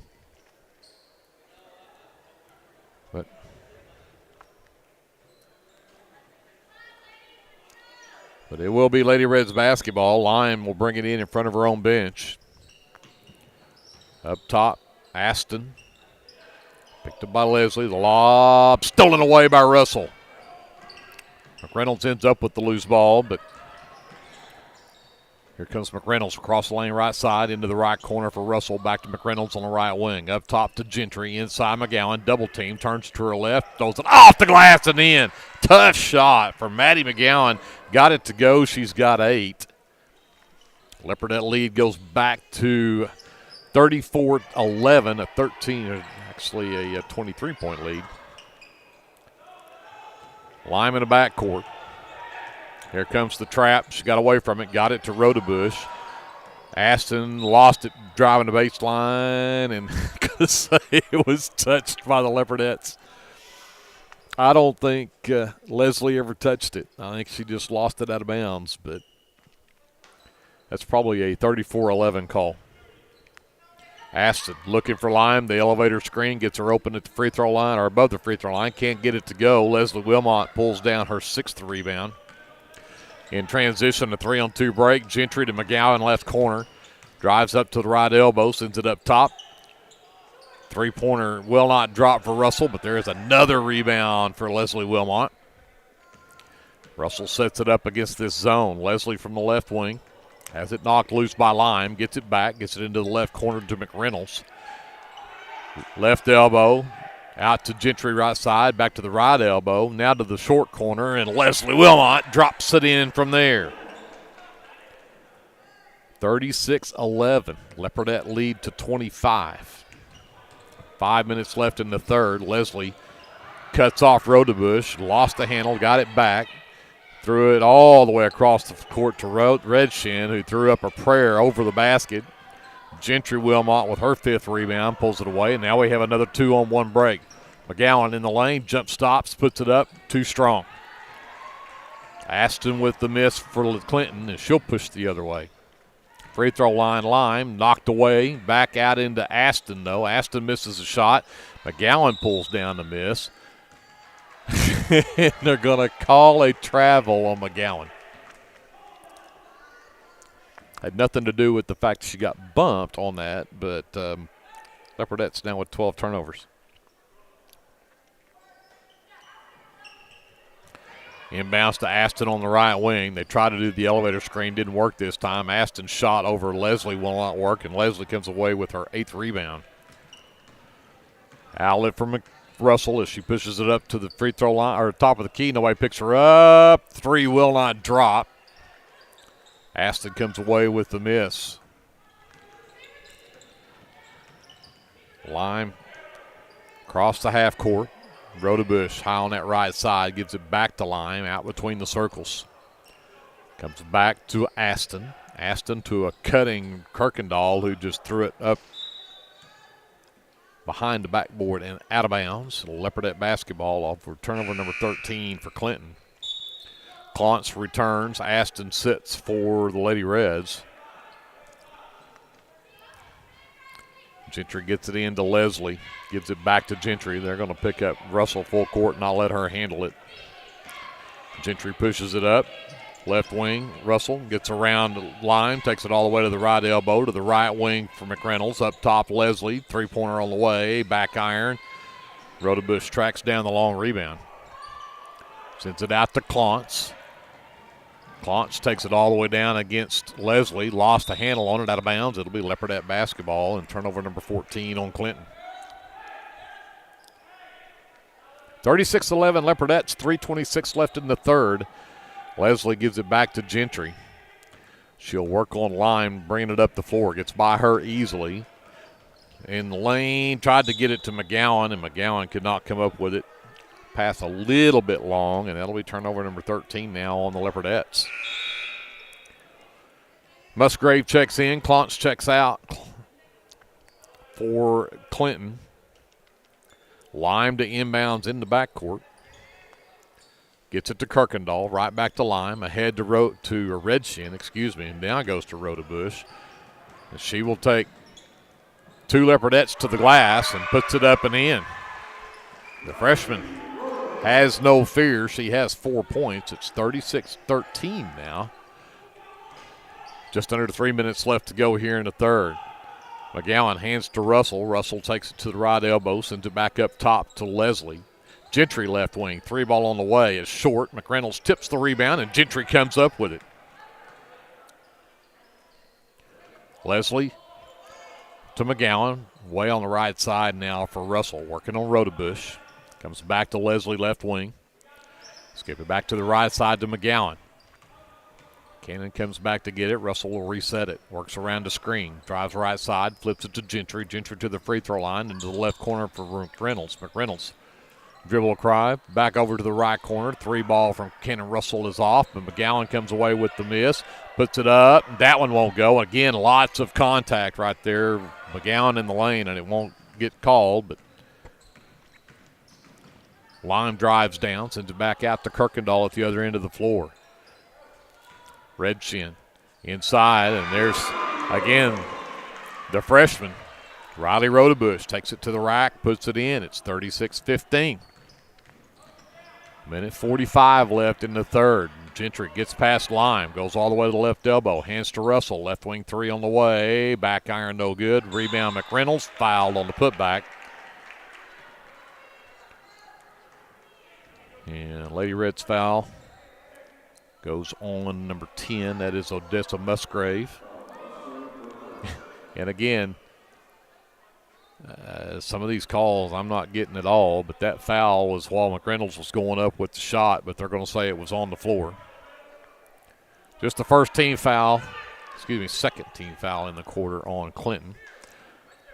Alondra Lopez back in the game for the Leopardettes. Gets it, sends it out to Russell. Russell works to the top of the key, has Lime all over her out there. She'll get past Lime, gets to the right elbow. Shot is blocked, though, by Aston, and then we'll get a jump ball called. Great hustle right there from Lopez because Rodebush had that miss off the block, and Lopez made her work for it and got the jump ball, even though the possession arrow does belong to Lady Reds. Aston will come get the inbounds pass, holds up, gives it back up to Lime in the backcourt. Back over to Aston. Pushes it up the middle of the floor. Gets to the free throw line. Floater off the glass. Won't drop. Got her own miss. Was tipped out. And I think they're going to say that Aston was the last to touch it. It'll be Leopardette basketball. Day will return. Aston will sit for Clinton.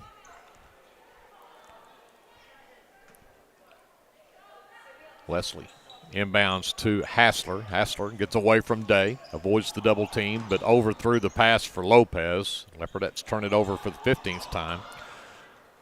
Rodebush to Lime. Redshin down the baseline, and she's going to get a two-hand hand check from Cannon Russell, and that'll get a whistle. Cannon's third personal, second team foul in the quarter.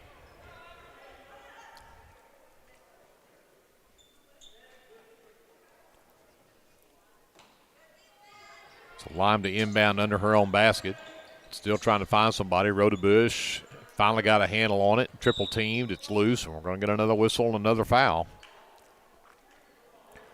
That'll go against Lopez. Alondra Lopez picks up the first and the third team foul. Lime tries it again. Redshin lost the handle. Got it back over in the left corner. Picked up by McReynolds. Gets it back over Lime. Lime to the baseline. Cut off by Russell, and Russell strips the basketball from her. Ahead, Leslie stops, turns around in the lane, puts it up with the right hand. Can't get it to drop. Lopez fights for the rebound, comes up with it out in the corner. McReynolds has the pass stolen away from her.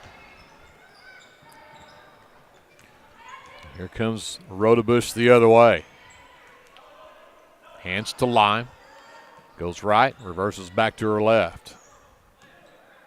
Well, inside for Rodebush. Lopez knocks the ball loose. Rodebush finally got control of it, but she had her foot on the sideline, out of bounds. Great hustle from Lopez to knock away that inlet pass that time. Here comes Hassler. Got it to Lopez. McReynolds right wing. Inside, Russell off the glass and in and one. Tough shot for Cannon Russell, but count the basket and the foul called on Arlene Kirkendall. That's her first to be the team's third in the quarter. Cannon Russell now in double figures with 10. Her first free throw attempt of the night, and it'll drop in.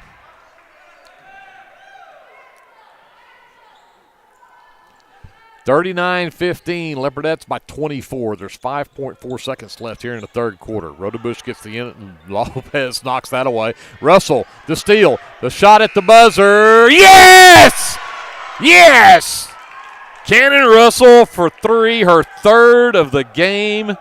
She's got 14, and that's the second buzzer beater of the game for the Leopardettes. It's 42-15, Leopardettes, the end of three.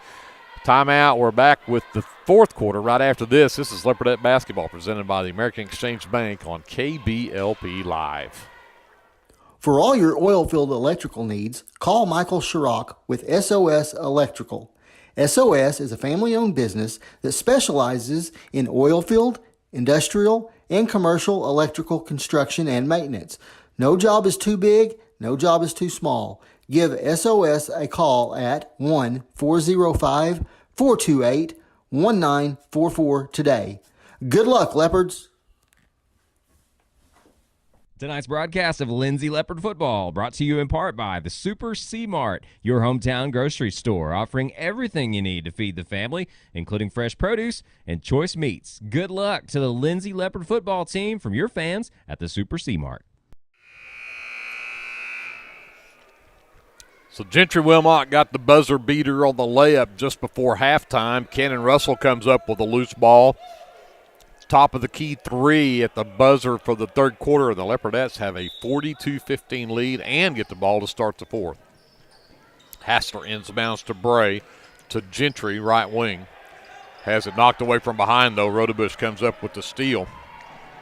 Stops left side, gives it up to Lime on the wing. Up top, Redshin. Aston drives the lane, gives it back up to Lime, and Lime traveled with it as on the head fake she goes to drive.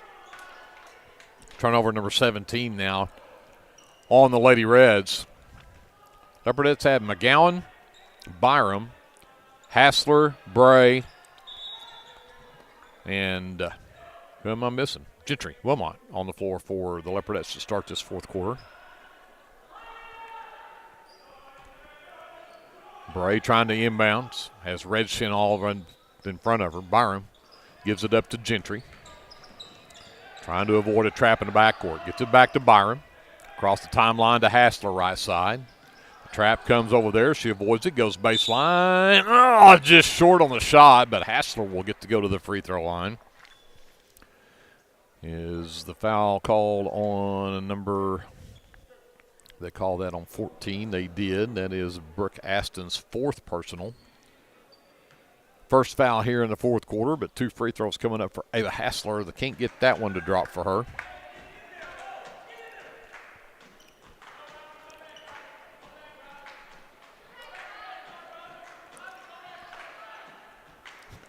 Coach Jeffers has got the girls all confused, not sure where they're supposed to be on the free throw here. Hassler with her second attempt. And that one's off the side of the rim, but Byram tracks down the offensive rebound, but they say she stepped on the baseline. That was great hustle by Kylie Byram. Turnover number 18 on the Leopardettes. 7:27 left in the ball game. Leopardettes with a 27-point lead at 42-15. Redshin. Byram nearly knocked that pass away, and we'll get a reach in on Kirkendall. Called against the Leopardettes, and they'll get that on Gracie Bray. That's her second. First team foul on the Leopardettes here in the quarter. So Lime in front of the Leopardette bench to inbounds. Gets it into Rodebush. Byram pushes her all the way up the floor. Makes her pick up her dribble. Byram comes away with a loose ball. It looks like she might have taken a shot to the chin there coming up. That is Rodebush. Swung around there, but the jump ball called. Possession arrow belongs with the Lady Reds. Lime to Rodebush, picked up by McGowan. Backdoor cut, Lime wanted to go inside to Kirkendall, couldn't get it to her. Skips across the Red Shin left wing. She'll fire a three from there, and it's good. Ella Red Shin for three. 42-18. Leopardettes still up by 24. Right corner, Hassler to Byram. Inside, Bray. Got it! The nice soft touch from Gracie Bray. It drops in. Back to 44-18. Leopardettes with a 26-point lead. Byram gets the inbounds. Goes back to Lime. Gentry has her in the backcourt. Crosses the timeline with 6:25 left in the ball game. Gentry pushes her right. Now she goes back left. Byram brings the double team, and Byram knocks the ball loose. Gets the loose ball back ahead to McGowan in the lane. Left-hander up and good. All started with Byram and the steal on the other end. McGowan in double figures now with 10 as well. 46-18 Leopardettes. Kirkendall races ahead, has it knocked loose and kicked, and it was kicked by one of the Leopardettes. It'll stay with the Lady Reds.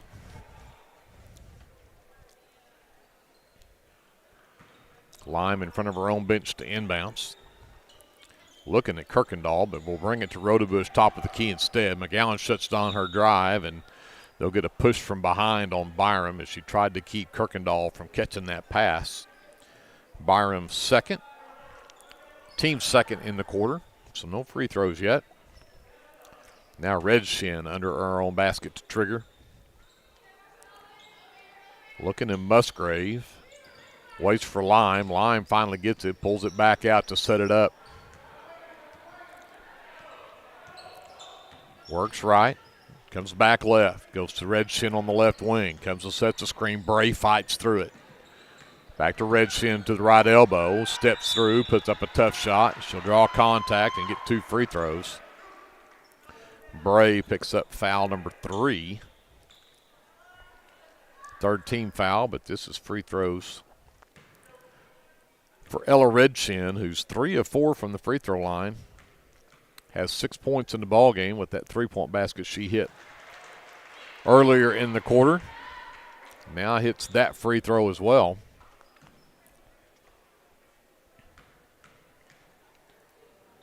Second free throw on the way from Red Shin. That one doesn't drop, and Byram takes the rebound, but knocked out of her hands by Kirkendall. It'll be Leopardette basketball.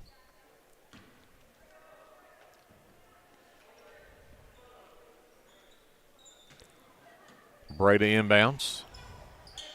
Gets it to McGowan. Back to Hassler. Into the right corner, Byram. Byram to the wing. And pass was tipped. It's stolen away. Red Shin the other way. Too strong. Great hustle from Byron, racing down the floor. And Byron comes up with the rebound, gets tied up. The Leopardettes have the possession arrow.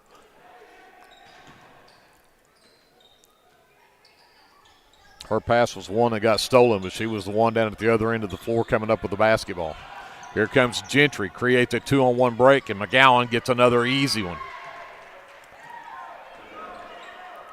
12 in the game now for McGowan. It's 48-19 Leopardettes, 5 minutes left in the ball game.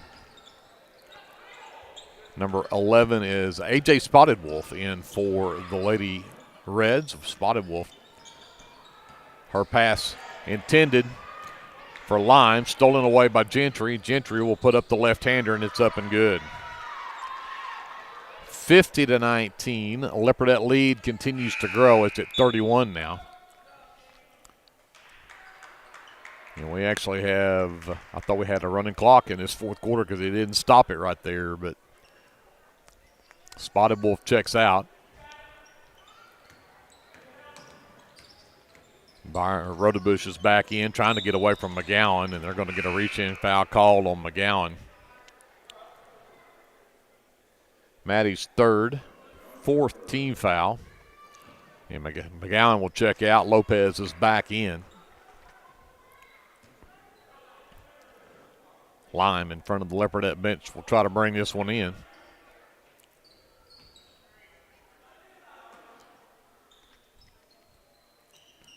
Red Shin in the backcourt. McReynolds picks her up. Lime gets it back. Gracie Bray draws the task of trying to stay with Lillian Lime. Lime hands it to Red Shin, to Aston, left side Kirkendall. Up top, Red Shin takes it into a triple team. Had to pull it back out. Lime from the right elbow doesn't drop. And Lopez, a great job of blocking out, forced Rodebush to come up over her back and pick up her third personal. Only the second team foul, so no free throws here. Hassler will bring it up for the Leopardettes. Got a little bit too fast there and ran away without the basketball, but managed to come back up with it, but she was on her knees and stood up, and that'll automatically draw you a travel call. Great hustle to get it back, but needed to pass it off there before she stood up. 20th turnover on the Leopardettes. Inbounds comes to Aston, who drug a pivot foot. Did not get a call there. That one high off the glass for Lime won't drop, and Kirkendall touched it, but they're going to say Byram, the last to touch that one too. I didn't see that one that way. Timeout called by Clinton. It's a full timeout with 3:43 left in the ballgame. 50-19, Leopardettes with a 31-point lead. We'll come back after this. This is live coverage of Leopardette basketball presented by the American Exchange Bank here on KBLP Live. The team at Streamline Services contributes a great deal of their success to hard work, experience, and above all, a positive health and safety protocol. There is every reason they should be your next phone call for any of your oil and gas swabbing needs. Give Austin Smith a call today at 1-405-756-7763 to see how Streamline Services can help with your project while ensuring safety and professionalism without sacrificing quality work being done. Everyone at Streamline Services wishes the best of luck to everyone at Lindsay Public Schools this year. Go Leopards! Are you tired of doing laundry? Give Sunshine Suds a call and let them do it for you. Sunshine Suds will wash and fold your clothes, and they also offer dry cleaning. Sunshine Suds also does quilting and alterations. Load up that laundry basket and head to Sunshine Suds, located at 107 Southwest 2nd Street in Lindsay, Oklahoma, or give them a call at 405-756-2850. 50-19, Leopardettes a 31-point lead, and Coach Cater is still telling the girls in the huddle, hey, we're not playing good. They're up by 31, but he's still trying to coach them, tell them that there's still things they can do better. It is Lady Red basketball out of the timeout. Lime on the baseline under her own basket. Nobody's moving and nobody's getting open. Finally gets it to Aston in the corner. All the way to the right side to Red Shin. Back to Lime into the right elbow. Rodebush tried to go baseline. Cannot get around Lopez. Lime triple team. That time the free throw line jumper for Rodebush didn't go, but she managed to get her own miss and put it back up and in. 50-21, Leopardettes. Hassler across the timeline. McReynolds wide open right wing. Three is good for Joey McReynolds. 53-21, Leopardettes, 3:09 left in the ballgame. Red Shin will bring it up. McReynolds waits for her at the half line. Aston, left side. Byram on her. Gives it back to Rodebush in the lane. That one is up and good for Rodebush. She's in double figures with 10. 53-23. 30-point Leopardette lead. Oh, Lopez. Oh, nice try underneath there. Lopez missed the pass. Hassler nearly bounced it off of a Lady Red out of bounds. She tried to save it, but he ends up staying with the Lady Reds, and Aston will drive down, draw contact from Lopez. So Aston will head to the free throw line as Lopez picks up foul number 2 and team foul number 5. So that will put Clinton in the bonus for the final 2:27 of this one. But Aston scoreless in this ball game, and this is her first trip to the free throw line today. And she will remain scoreless so far, with that one not working either. Day checks back in along with Spotted Wolf for the Lady Reds. Also in number 4 is Tatum Shackelford. Shackelford also a freshman. And number 1 is Bella Bridgman. She is also a freshman. And second free throw will rattle around and drop through for Brooke Aston for her first point of the game, and she will check out as a number 25, Michaela Bird, checks in. And we'll have a timeout on the floor. 2:27 left in the ball game. 53-24. Leopardettes with the lead. We'll take a 30-second timeout. Come back to Clinton right after this on KBLP Live. Tabor's Drug has been locally owned and operated for almost 60 years and has employed many leopards and leopardettes. We are very proud to be a supporter of our sports teams. At Tabor's Drug, your prescriptions are filled with care and accuracy, and our pharmacist is available for free consulting concerning your prescriptions bought at Tabor's. We also offer interpreters for our Spanish-speaking friends. We are a very friendly store that has that small town feel. You can reach us at 405-756-4511. Come and see us.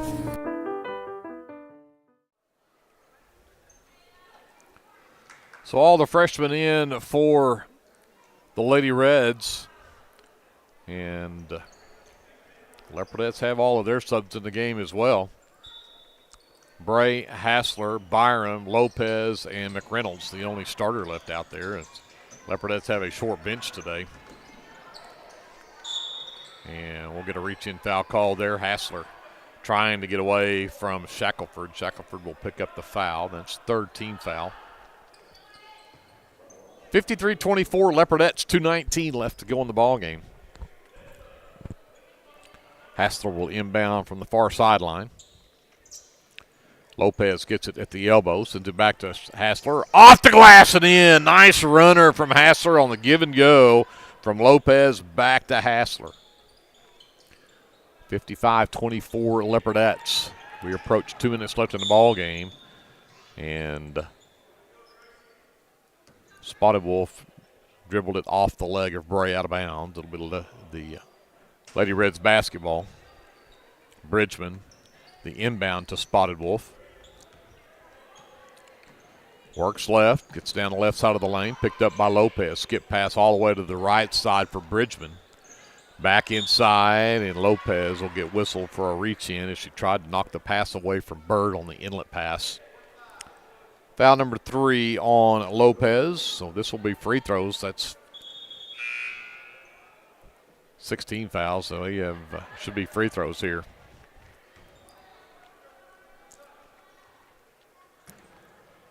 So they will send Michaela Bird, the freshman, to the free throw line, shoot 2. First one off the front of the rim, no good.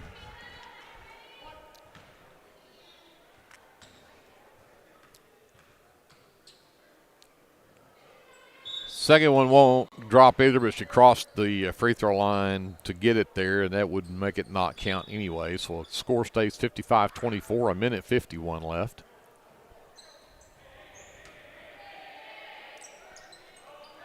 Brady inbounds, gets it to Lopez. Oh, ahead, Hassler streaking the other way. Stops, puts it up left hand, and it's good. Ava Hassler streaks the other way, gets her 4th point of the game, 57-24. A minute 35 left. Spotted Wolf double teamed, gets a shot up that is way short. Bray has it stripped out of her hand out of bounds as Bray came up with the miss. So Leopardette basketball, just under a minute and a half to go. Lopez gets the inbounds. Hassler again streaking the other way. This time they have her picked up. A nice move, gets it to McReynolds' left side, though. Looking underneath at Lopez, gets a cutter from Bray in the lane. That one's up and good. McReynolds to Bray in the lane, and it's 59-24 Leopardettes.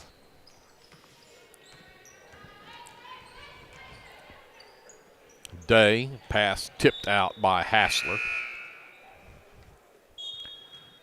And back in the game is Musgrave. Replaces Day.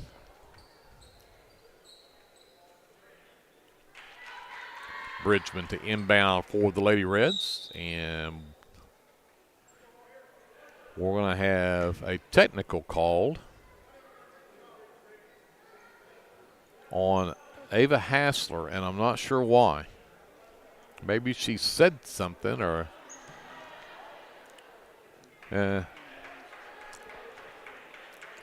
maybe reached in and touched the ball while Bridgman was trying to inbound it. That would be a technical. So wasn't anything she said or did other than the fact that you can't reach in and touch the basketball while they're standing out of bounds.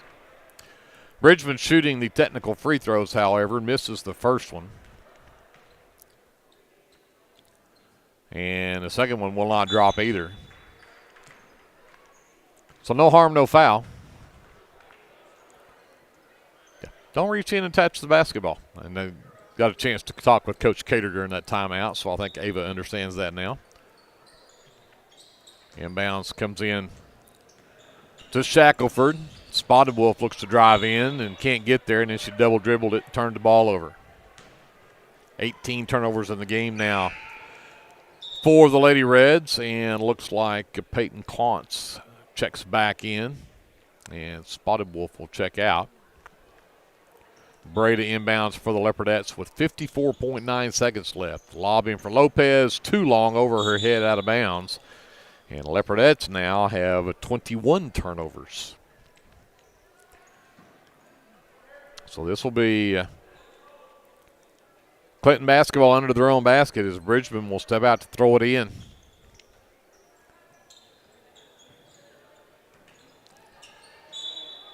And out of bounds off of the Leopardettes as Byram knocked that one out of bounds. 53.9 left on the clock now. Bridgman looks again. Now gets it over on that left side to Shackelford, and nope, can't get it there because McReynolds knocks it out of bounds. We're going to play this final 52 seconds, 1 second at a time. Finally gets it in. Musgrave threw it away, but tracked down by Bridgman in the backcourt, but an over and back, and that'll be Leopardette basketball over turnover number 19 now on the Lady Reds. 46.8 seconds left. Leopardettes a 35-point lead. Hassler into the right corner. McReynolds lobs inside. Lopez off the glass, too strong, and then she will foul Odessa Musgrave, who came up with the miss. Lopez's fourth personal. And with 39 seconds left, we'll go to the other end of the floor. And we will send Odessa Musgrave to the free throw line to shoot two. 2, 4, 6, 8. This will be the 9th and 10th free throws here in this fourth quarter. And that one will not drop for the junior. And number 24 checks in for Clinton. That is Abigail Bryan. She will replace Peyton Klontz. And a second free throw coming up for Musgrave. And that one will go in for her. Her only point of the game. 59-25 Leopardettes. We've got 35 seconds left here. McReynolds across the timeline.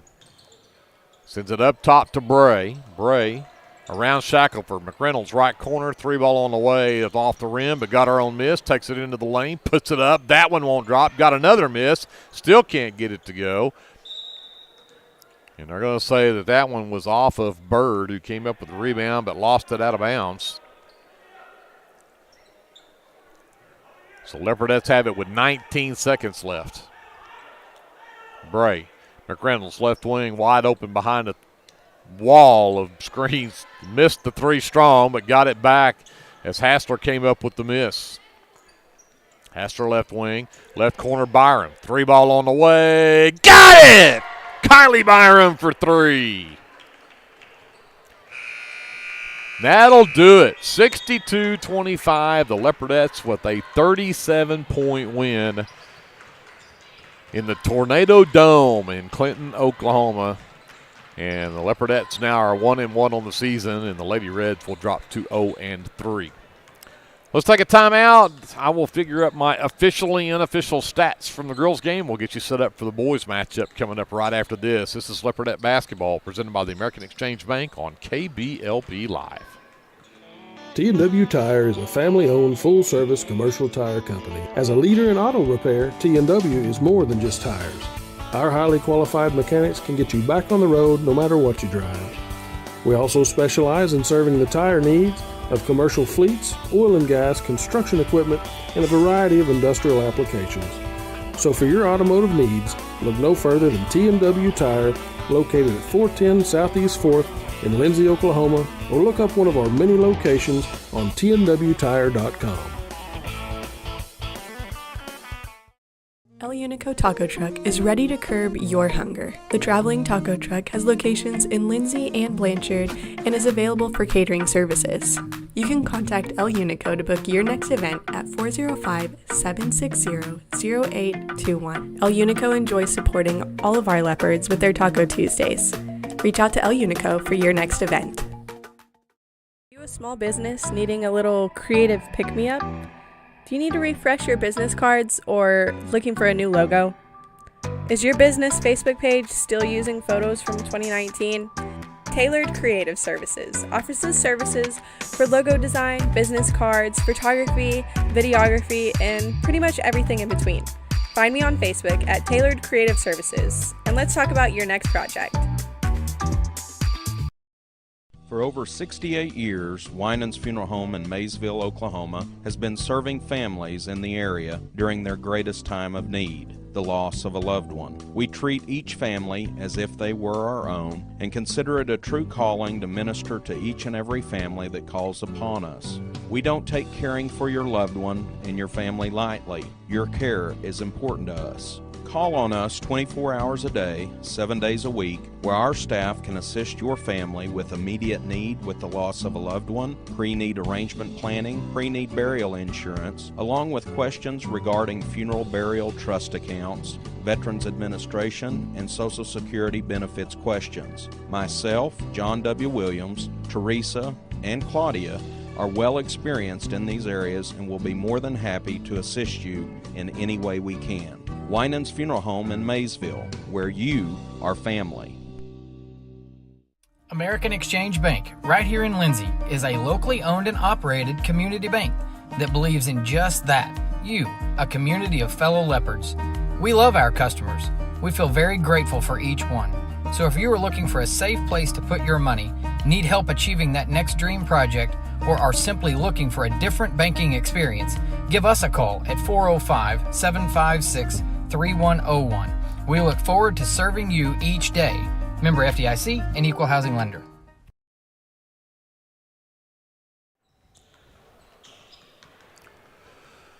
Welcome back to Clinton, Oklahoma, and the Tornado Dome here at Clinton High School. The Leopardettes pick up a big win over the Lady Reds of Clinton, 62-25. The final score, the Leopardettes with a 37-point win to improve to 1-1 on the season.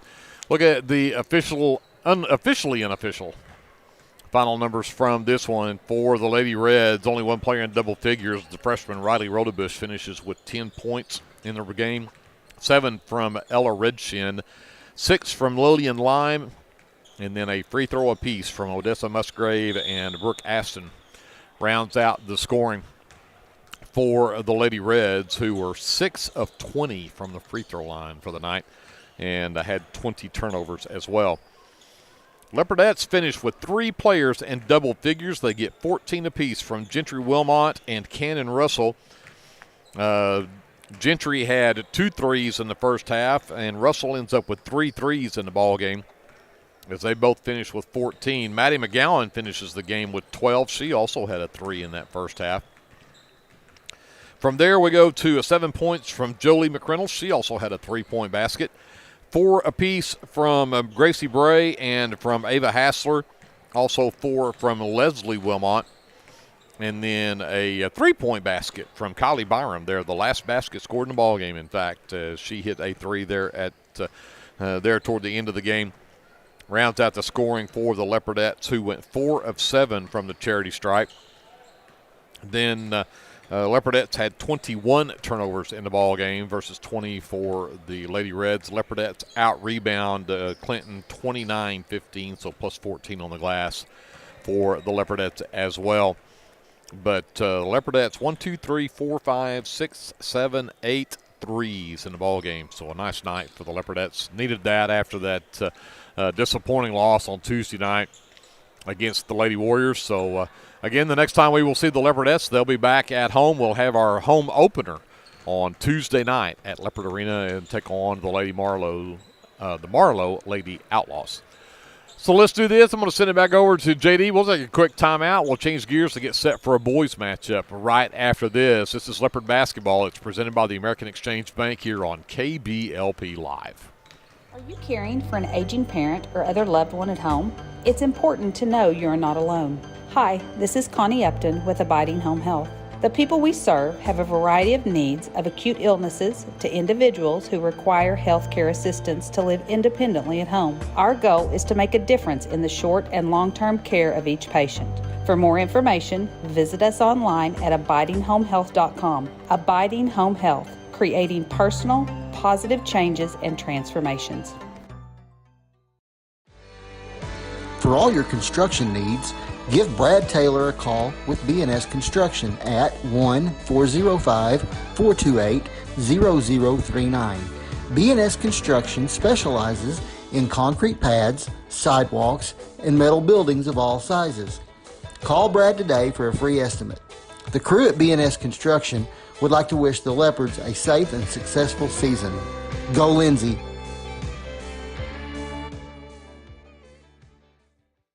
Craving a taste of authentic Mexico right here in town?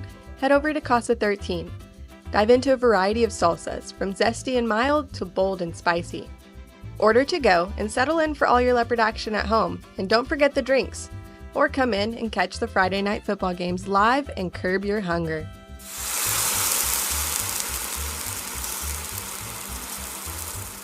Late night watching Leopard football?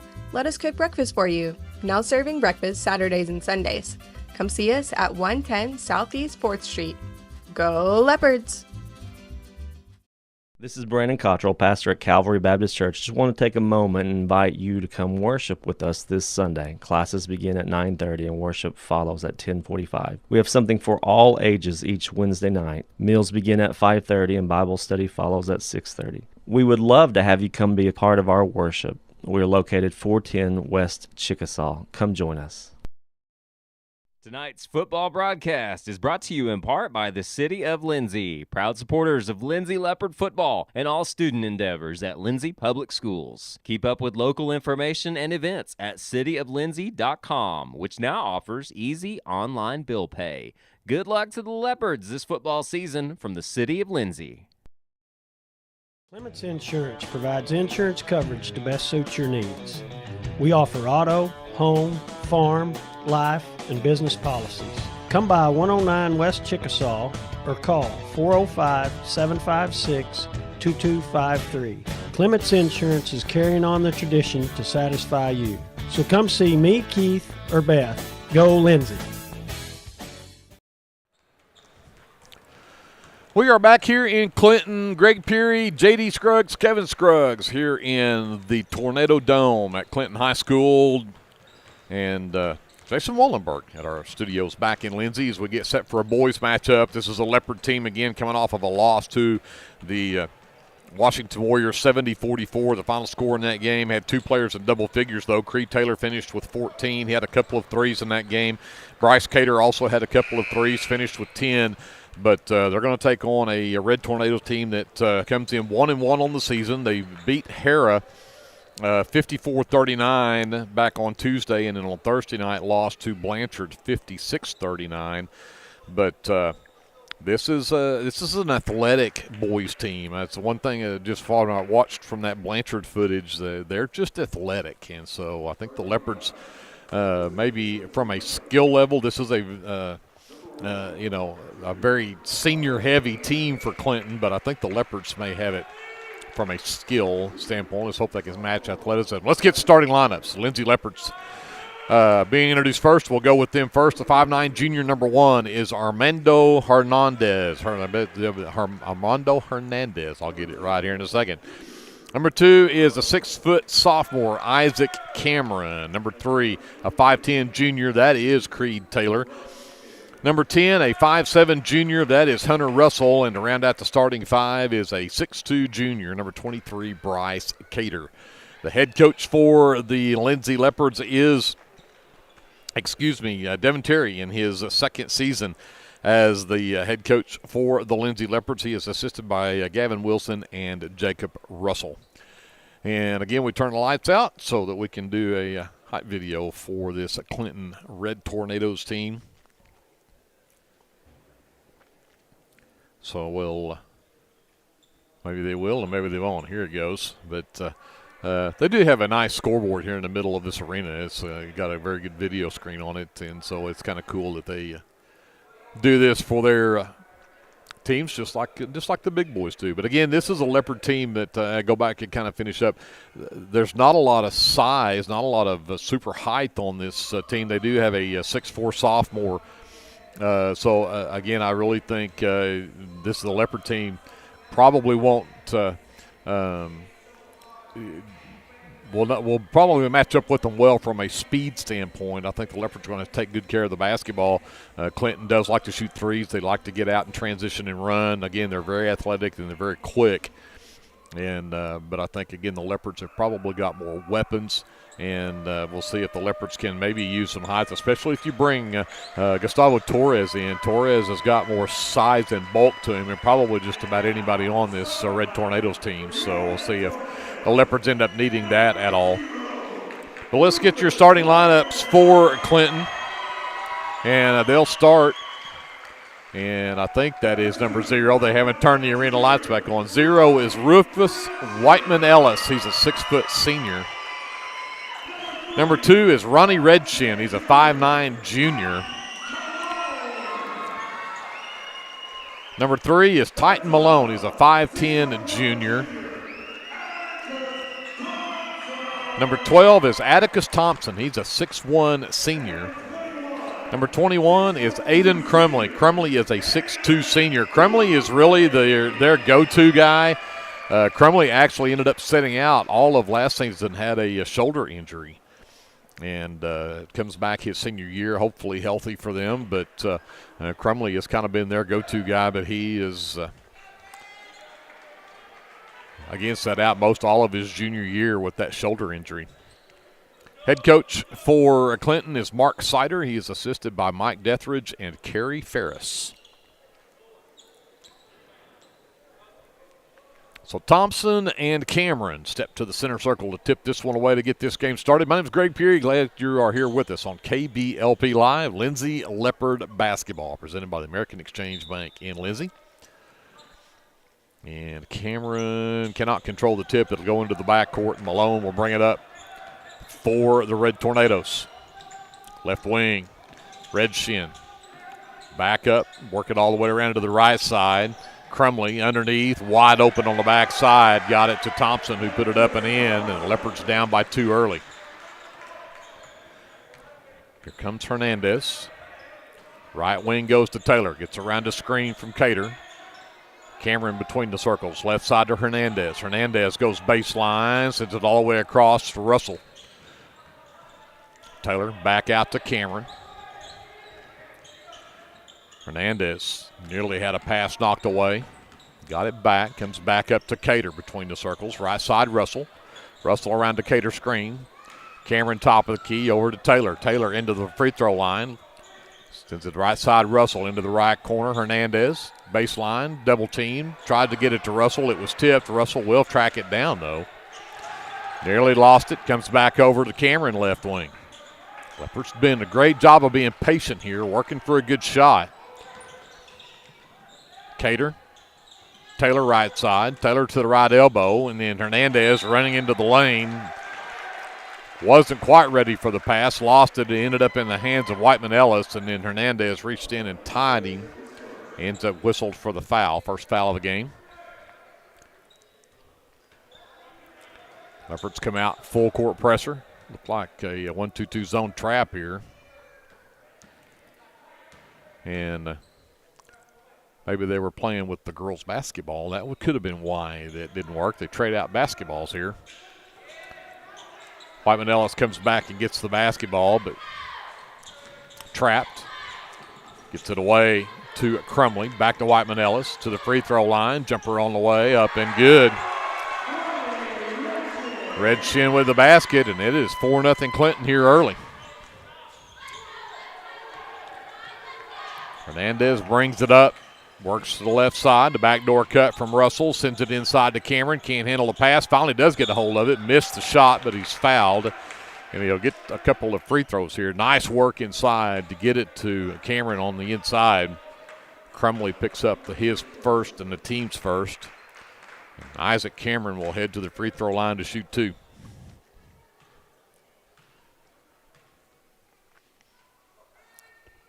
And first one will not drop in. Stays 4-0 Clinton on top.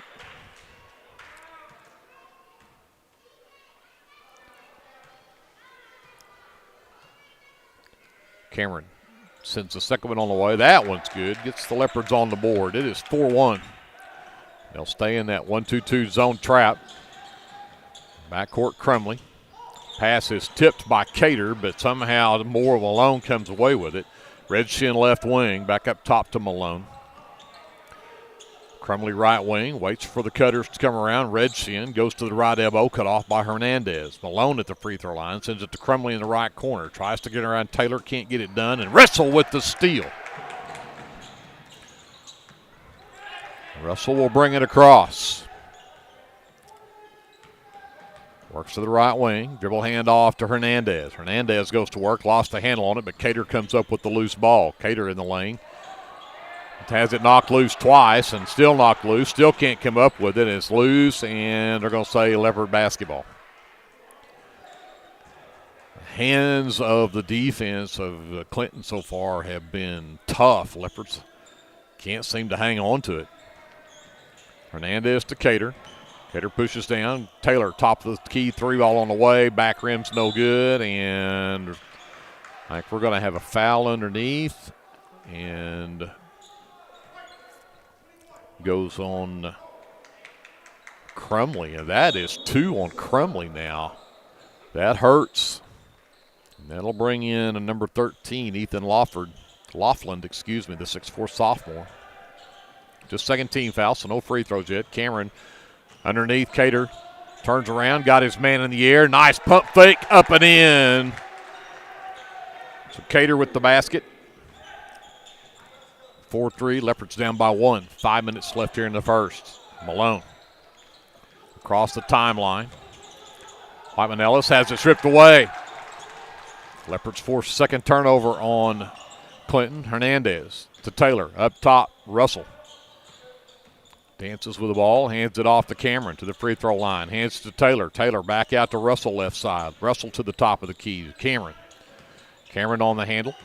Oh, Hernandez around, lends it underneath for Cater. Cater again with the pump fake, puts it up and in.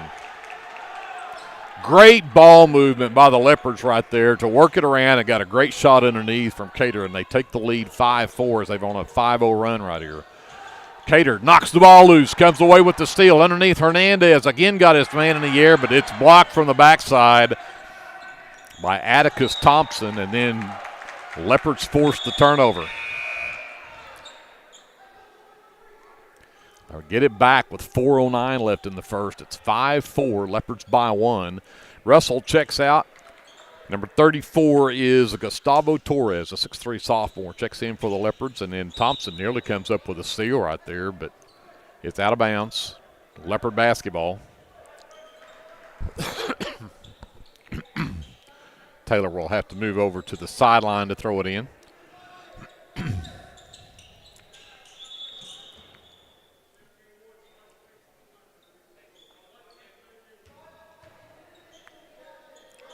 There's warning against him by getting too close to Taylor on the out-of-bounds line.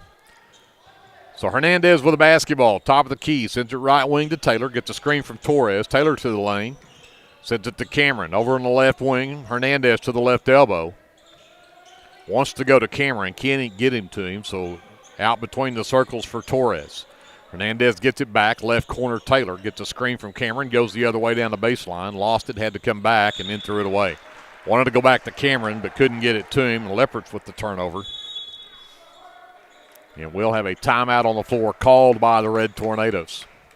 5-4 Lindsay, 3:45 left to go in the first. We'll take it with them. We'll come back after this. This is live coverage of Leopard basketball presented by the American Exchange Bank on KBLP Live. Cody Klingman and everybody at Klingman Incorporated want to send out best wishes to the Lindsay Leopard football team. Klingman Incorporated is always proud to support Lindsay school activities. So here's to a winning football season from everyone at Klingman Incorporated. If you find yourself in Chickasha, Oklahoma, stop by Legends Pub House and Venue for lunch or supper. Legends also brings you some of the best concerts around. Everyone at Legends would like to wish the Lindsay Leopards good luck this football season. Go Leopards! 3:45 left to go in the first quarter. 5-4, Leopards by 1. It is Red Tornado basketball. Leopards stay in that full court half trap, zone trap. Quickly the other way, and a lot of looked like could have been a travel there, could have been a turnover there, and it was a turnover as Hernandez comes up with the steal. Taylor gets it right wing around his Torres screen, and Taylor all the way down the lane, left-hander. Oh, did everything but go down. Red Shin comes away with it for Clinton. And that should have been a backcourt almost. Whiteman Ellis gives it back up top to Malone. Gives it up to Red Shin. Back to Whiteman Ellis. Back over to the left side. Malone goes baseline. Taylor made it a tough shot. Rebound pulled down underneath it. Taylor with the steal. Thompson takes him all the way down, and great shot down there by Creed Taylor. Had all kinds of pressure from Thompson, and he still got it up and in. 7-4 Leopards. 2:40 left and another turnover. That's number 5 on the Red Tornadoes, and the Leopards turn it right back over. That's their second. Malone with the basketball. Sends it over on the right side to Laughlin into the corner for Red Shin. They'll reset the offense. Leopards and a man on this end of the floor. Laughlin. Inside. Turns around, right-hander is short. Torres with the miss. Leopards come the other way with a basketball and a 3-point lead. They were down 4-0. They've gone on a 7-0 run since. 2 minutes left. Hernandez drives all the way down to the right elbow, sends it back up top. Cater, catch fire 3 from Bryce Cater on the way off the glass and in. The bank is open. 10-4 Leopards, 1:45 left in the first. Red Shin loses the handle, gets it back, sends it back over to Malone. And we'll get a 10-second count. The Leopards defense forces turnover number 6. Full court press, doing what it's supposed to. Hernandez will get a breather. Number 5, Crew Flood, the 6-foot-tall freshman, will check in for the Leopards. Flood to inbound in front of the Red Tornado bench. He'll get it to Taylor in the backcourt. Malone will pick him up as he crosses the timeline. Taylor runs to the right elbow. Top of the key for Torres. Looks for cutters, gives it back to Taylor. Taylor works left. Flood gets it left wing. Looking underneath at Cater. Short corner left side. Backs down, turns around, high off the glass. Got it and one! Cater was not going to be denied. Back down and back down and back down. Got it to go. The foul is called on number 12. That is Atticus Thompson's first. Third team foul. But Cater at the line for an and one opportunity. He's got 9 of the Leopards' 12 points. Misses the free throw. Flood skies for the rebound. Got it back. Gives it to Cameron. Cameron steps through with the Euro step and puts it up and in. All started with a great offensive rebound from Crew Flood. Taylor nearly comes away with a steal. Cameron nearly came away with a steal. And at the other end, the shot will not drop. Still batted around. Finally, Flood will pull that one down. 14-4. Leopards with the 10-point lead, 45 seconds left. And Cameron looking like they may try to run this for one shot. Cater, Thompson on him. Says, no, I'm going to fire a three, and I'm going to drop that one in. His second three of the quarter. It's 17-4 Leopards. Left side, Red Shin. Getting down to 20 seconds left. Malone, top of the key. Back to Red Shin, left side. Fires a three. Off the back rim, no good. Torres with the miss. Now 10 seconds left, and Cater will bring it up. 7. Round to Torres screen. And we're going to get an offensive foul as Cater dropped in a long bomb three, but Torres was whistled for a moving screen before that to pick up his first and the team's second here in the quarter with 5 seconds left. Malone will push it up the floor against Taylor, down to 2, down to 1, and he won't even get a shot off. So the Leopards go down 4-0 early and go on a 17-0 run to finish the quarter with a 13-point lead at 17-4. We'll send it back over to JD, take a timeout. We're back with more live coverage of Leopard basketball presented by the American Exchange Bank after this timeout here on KBLP Live. Hey friends, Danny Daniels here. I wanted to take a moment and let you know about a very helpful service that I provide for you and your family in our community. I own and operate Danny Daniels Pest Services, and I would like to ask you to call me the next time you have a need or desire for effective, safe, and affordable pest services. If you have spiders, roaches, ants, fleas, ticks, scorpions, crickets, whatever, I can help. Give me a call at 405-428-3833. That's 405-428-3833. I'd be glad to help.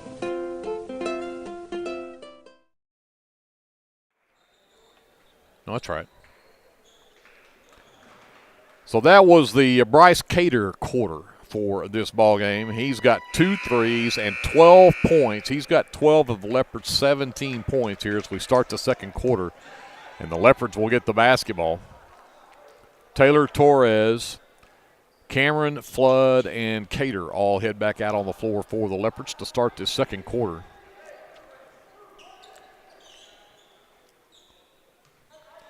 Cater will inbound at midcourt. And Cameron will come out near the half line to get the inbounds. Works to the left, now comes back right. Now backs up, and they're going to reset.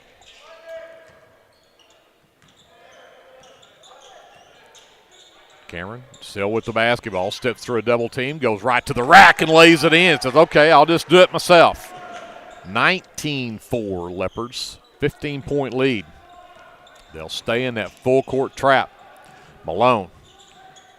Back over to Whiteman Ellis. Baseball pass over to Red Shin on the right wing. Back to Malone, top of the key. Back over to the right side. And a 3-ball from Ethan Laughlin. Stops the drought. Makes it 19-7. Leopard lead. Cut to 12. Cameron will bring it up. Works to the right elbow. Works out to the wing, comes back up to Taylor, top of the key. Run a double high post here. No, Torres will come screen. Cameron gets to the free throw line, sends it out to Cater now. Hands it to Taylor on the wing. Taylor back over to Torres, top of the key. Flood around a Torres screen, stops free throw line. Can't get it to Taylor on the back cut, and he'll give it to him out on the wing instead. Taylor again. Down the lane, left-hander, up and in. Creed Taylor with 4, and the Leopards are back up by 14. It's 21-7. And a turnover as the pass intended for Whiteman Ellis was headed out of bounds, and it'll be turnover number 7 now on Clinton as Russell and Hernandez return for the Leopards. Cameron and Taylor will take a breather. Hernandez will bring it up for the Leopards. Again, the double high post. Hernandez works to the right wing. Gets the screen from Torres. Into the lane, the give and go. Torres takes it up underneath. Got his man in the air. Put it up and in.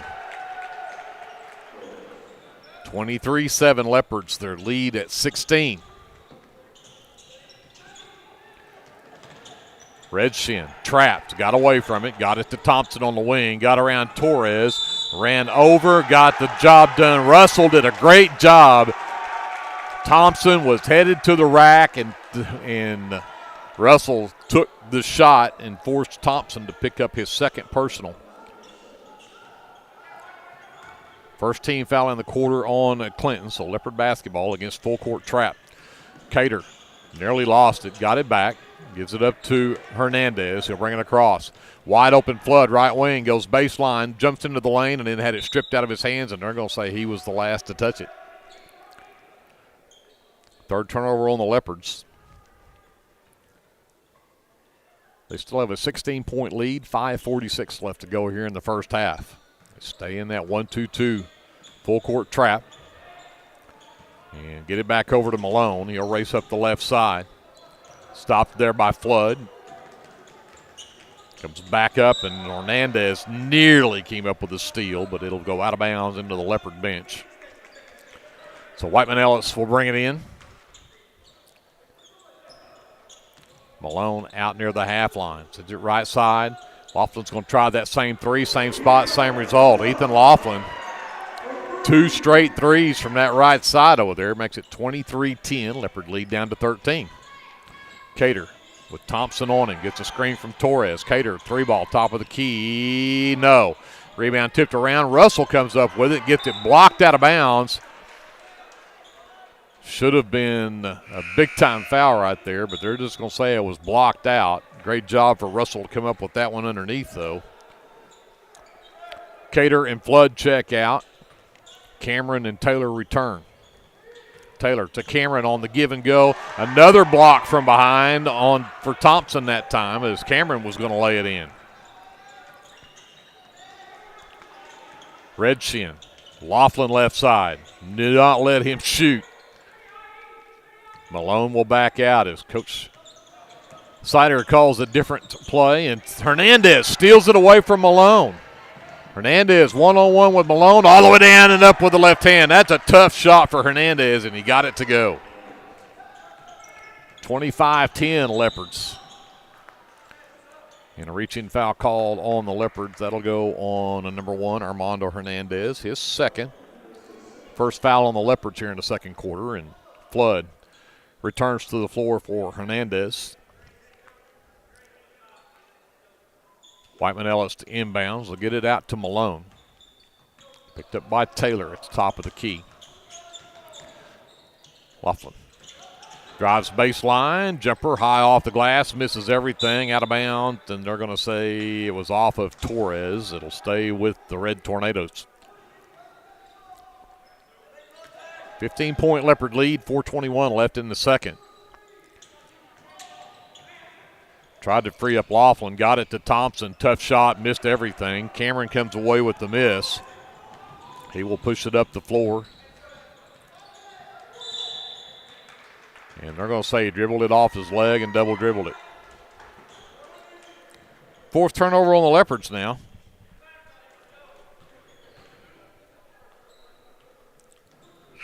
Cater will check back in for the Leopards. Flood checks out. Clinton basketball with 4:12 left. Malone walks it up, gets a screen from Thompson, takes it all the way to rack, and Gustavo Torres says, no, you will not. Blocks it out of bounds.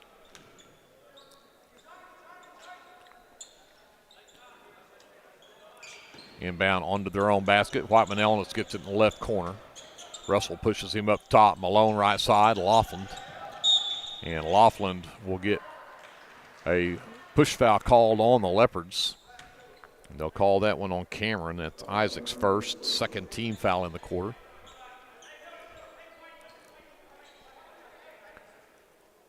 So Laughlin now will step out and throw this one in under his own basket.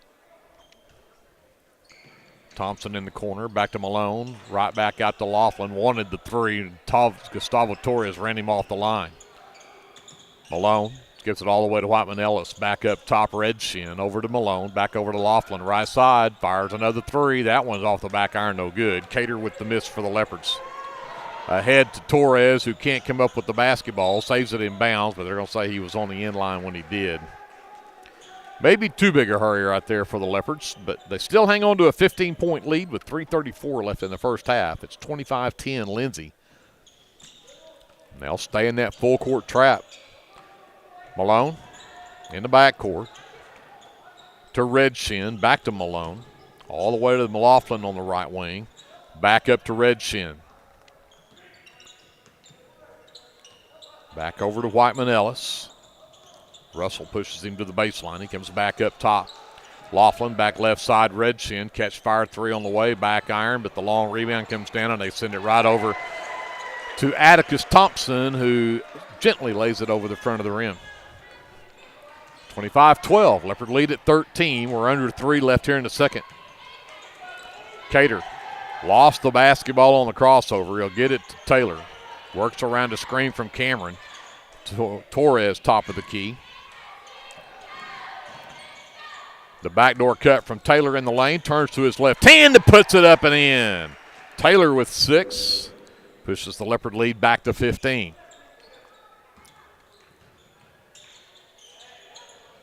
Cross to Thompson. Thompson wants to take Torres. Thinks better of it. Pulls it back out to Malone to reset. Laughlin down the baseline. And they're going to call a push foul before he got to the rim. Cameron picks up his second. Third team foul on the Leopards on that drive. And Cameron will check out with that foul. Flood returns for the Leopards. Laughlin. Redshin, Malone, Whiteman-Ellis back to Laughlin. 3-ball left side on the way, and it's good. 3 threes in this quarter from Ethan Laughlin. It's a 12-point Leopard lead at 27-15. Taylor on the handle, has Malone on him as he works across the timeline to the right wing. Works around the Cater screen, now goes the other way. Wanted to come back out to Cater, had him covered. Torres, the lob underneath for Cater. Gets it low post left side, turns around, double teamed, has it blocked from behind. It's loose on the floor, out of bounds. And they're going to say last touch by the Leopards. A minute 42 left. This one hasn't been pretty. At times we've had some great plays, but this Clinton team is not making it easy. Laughlin, the give and go, and Thompson will do a two-hand dunk at the other end. He's got 6. It's 27-17. That 17-point Leopard lead is down to 10. Taylor to the free throw line. Out to Russell. Russell into the lane. Sends it back out to Taylor. Turned down to 3. Got his man to fly by. Lob over to Torres right side. He's going to take Laughlin into the lane, and he traveled with it. 7th turnover. And everything going the way of the Red Tornadoes right now. On a 5-0 run.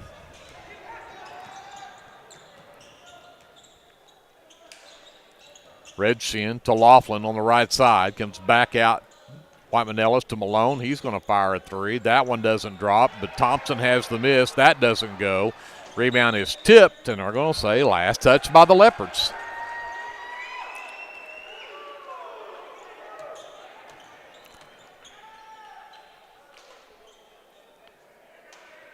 So Laughlin on the baseline, the inbounds. Lob it out to Malone on the right wing. Redshin works from the corner back to the wing, up top to Laughlin. Left side, Whiteman-Ellis. Back up top, Malone. Catch fired 3 on the way from Malone, doesn't go. Russell, however, will claim it for the Leopards. And all the way at the other end of the floor, Flood takes it right at Laughlin and puts it up and in. Flood with his first basket pushes the Leopard lead back to 12. 25 seconds left. Leopards come up with the steal. They cannot get a jump ball called, and Taylor finally comes away with a basketball. Free throw line, nearly lost it. Finally gets it out to Flood. Gives it back to Taylor with 10 seconds left before the half. Leopards with the ball in a 12-point lead. Down to 6, down to 5. Taylor takes it all the way to the rack. Puts it up and in. Can't believe there was no foul called right there, but Creed Taylor finishes the first half with 8 points on that basket to make it 31-17. Leopards by 14 at halftime. Send it over to JD, a timeout. We'll come back with our officially unofficial stats and the American Exchange Bank halftime show from Clinton right after this on KBLP Live. Whether you want to promote your business or unite your team, depend on Design It. Locally owned and operated, we are dedicated to offering the service you need to give you the results you deserve. We are committed to providing you with custom screen printing, embroidery, custom graphic designs, logo designs, and we have a creative arts department and an in-house artist who can take your idea and give it our professional touch with custom art services. Contact us today.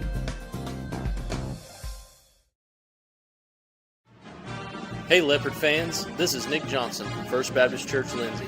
At First Baptist Church, we are a family ministry and desire to faithfully proclaim the gospel in Lindsay and beyond.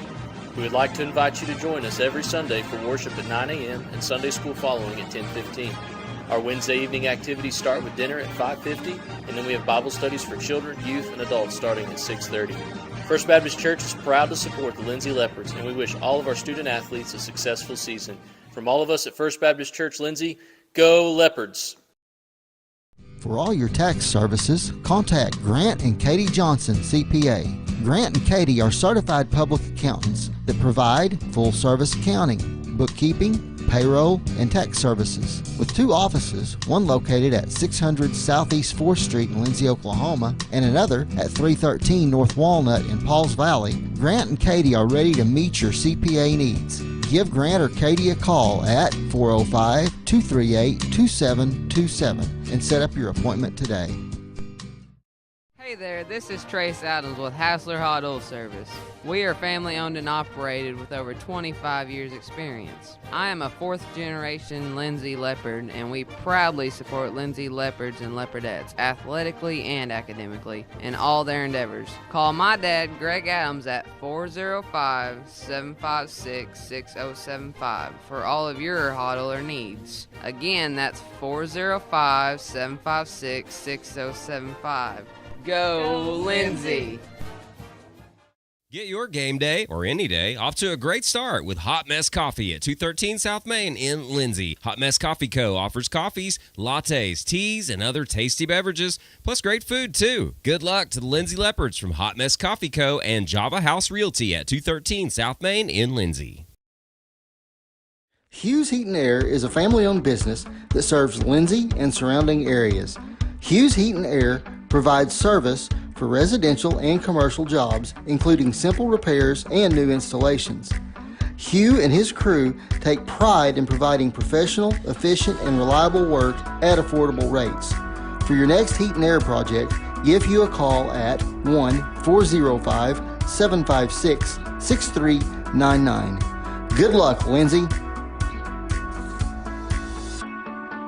Jake Shortstop offers gas, snacks, ice cream, pizza, subs, wings, and the coldest drinks in town. Everyone at Jake Shortstop says good luck to the Lindsay Leopards this football season.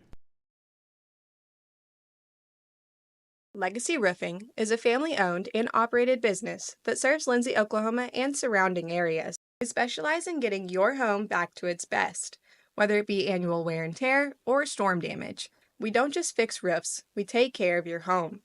Legacy Roofing, family-owned, community-focused, and always here for you. Call us today for a free estimate at 405-756-8855 and let us protect your home with the care it deserves. American Exchange Bank, right here in Lindsay, is a locally owned and operated community bank that believes in just that, you, a community of fellow leopards. We love our customers.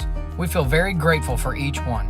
So if you are looking for a safe place to put your money, need help achieving that next dream project, or are simply looking for a different banking experience, give us a call at 405-756-3101. We look forward to serving you each day.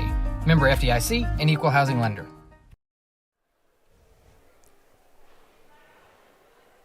Welcome back to Clinton and the Tornado Dome and your American Exchange Bank halftime show, our officially unofficial stats from the first half of this boys game. started off 4-0 Clinton, and looked like they kind of had the Leopards' numbers early on, and then Leopards went on ended up being a 19-0 run into the first point of that second quarter to make it 19-4, and then Ethan Laughlin checked into the ball game for the Red Tornadoes and dropped 3 threes in that second quarter. And he helped the Red Tornadoes kind of close things out there, make things a little better for them. But he leads the way for Clinton in that first half with those 9 points. There was 6 from Atticus Thompson and 2 from Ronnie Redshin, and that's all the scoring that there was for Clinton. They did not have a free throw attempt in that first half either.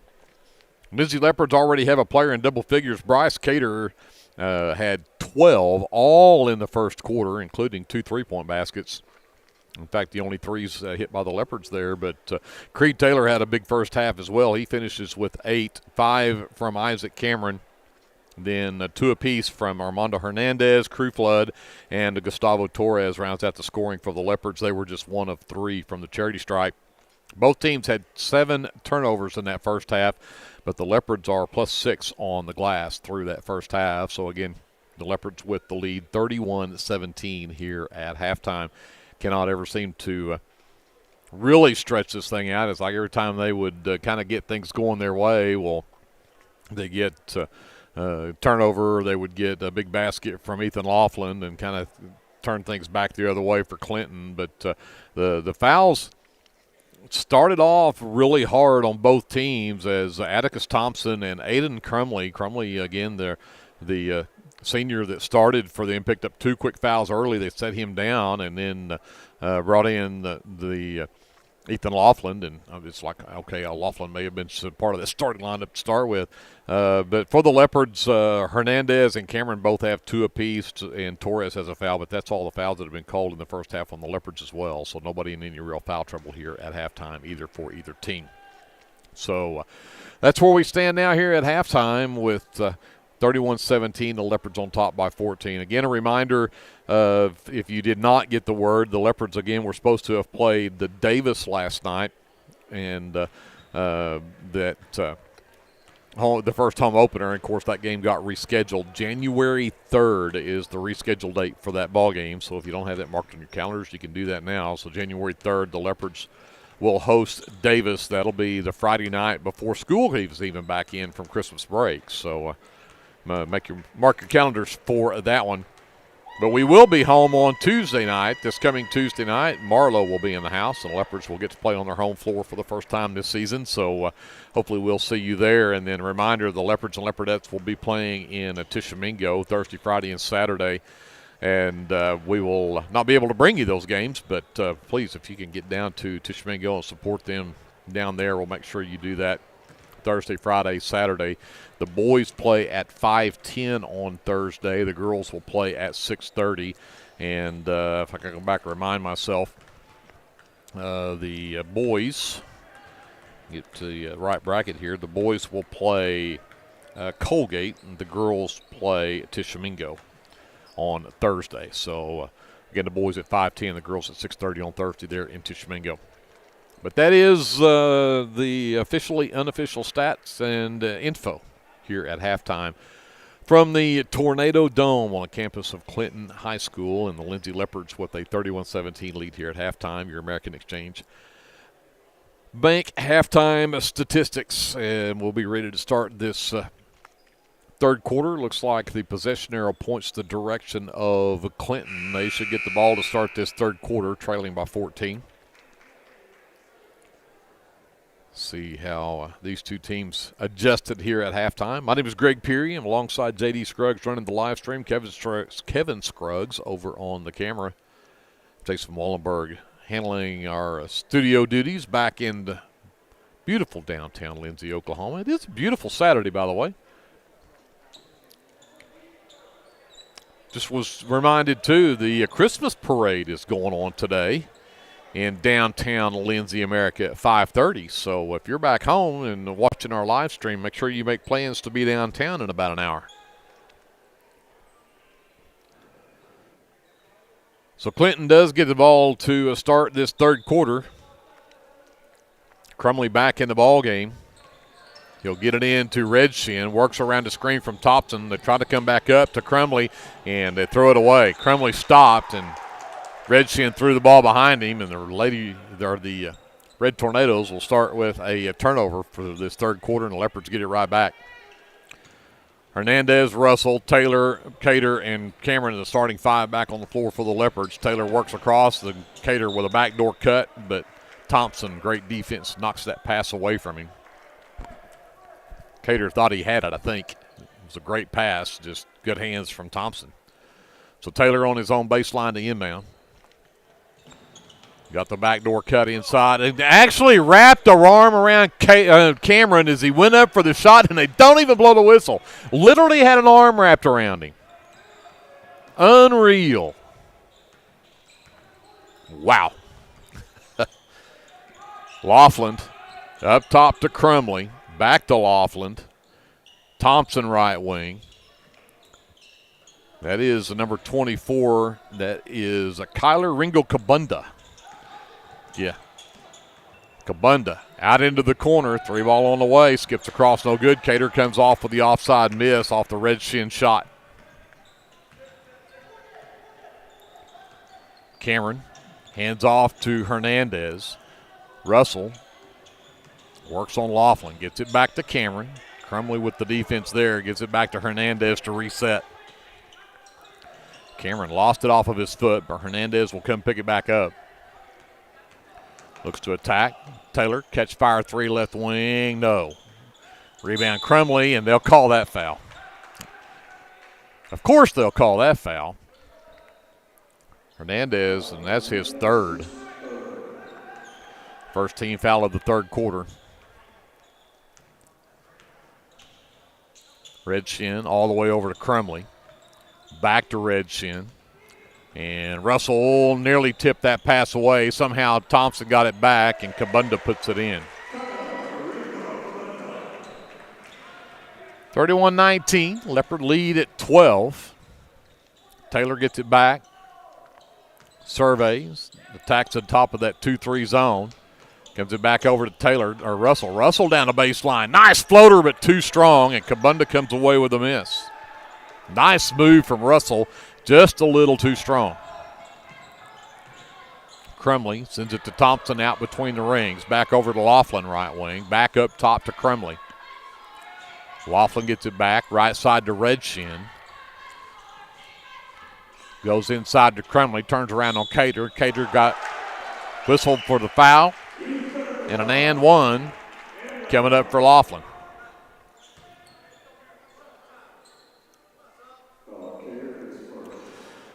First personal on Cater, second team foul of the quarter. And again, just like the start of the ball game, Clinton has come out, closed the gap to 10, and can't get a free throw to make it single digits.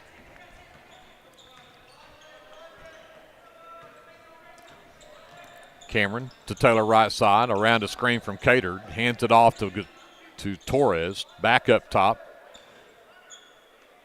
Rebalances the floor. Taylor back over to Russell right wing.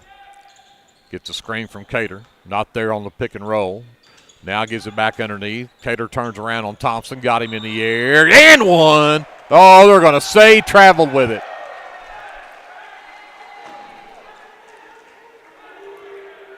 Unbelievable.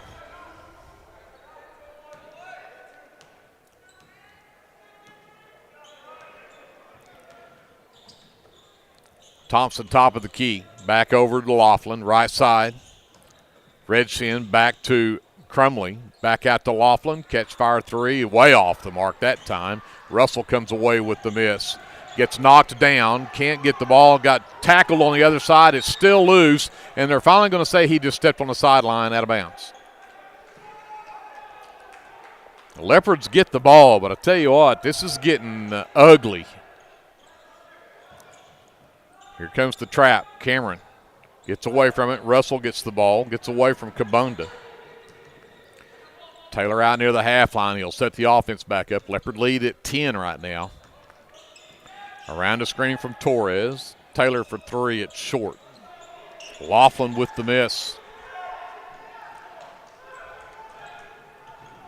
Red Shin pushes up on Taylor. Sends it over to Crumley into the corner for Laughlin. Back up top, Thompson. Back over to Red Shin into the left corner. Laughlin drives in on Cameron but can't get there. And then the pass over to Thompson. He can't stay with it. So turnover number 9 on the Red Tornadoes as the Leopards will send Crew Flood into the ball game. Russell will check out and get a breather.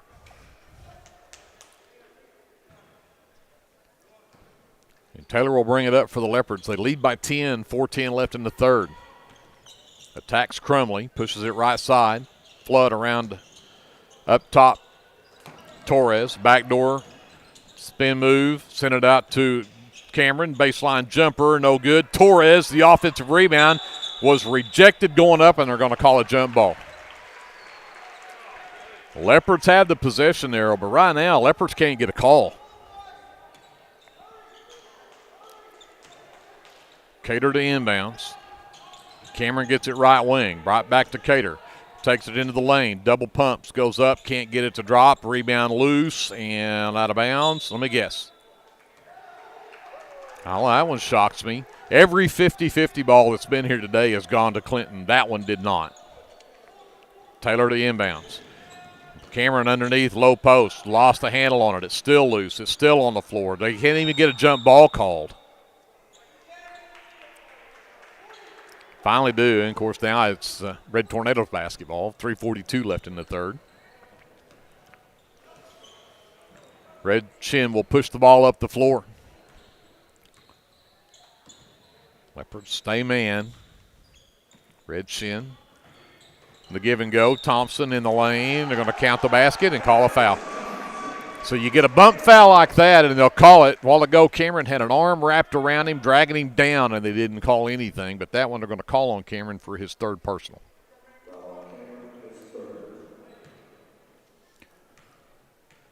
Basket was good by Thompson, and the free throw, no. Rebound is tipped out, and they better say Leopard basketball because Laughlin knocked that one out. And they do.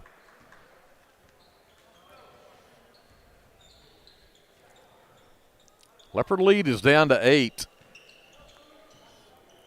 6-0 run here in this third quarter. Leopards have not scored yet. And nice move from Russell. Takes it in and lays it up. Nice job from Hunter Russell, who hesitated and then just used his speed to get to the basket to push the Leopard lead back to double figures. Red Shin around a screen from Thompson. Cater forced a tough shot. Rebound tipped up in the air. Thompson comes away with it. Lost it out there to Laughlin. Red Shin for 3, top of the key. That doesn't fly. Kabunda with the miss. Red Shin refires. That one won't drop. Thompson got around Russell and got it and put it in.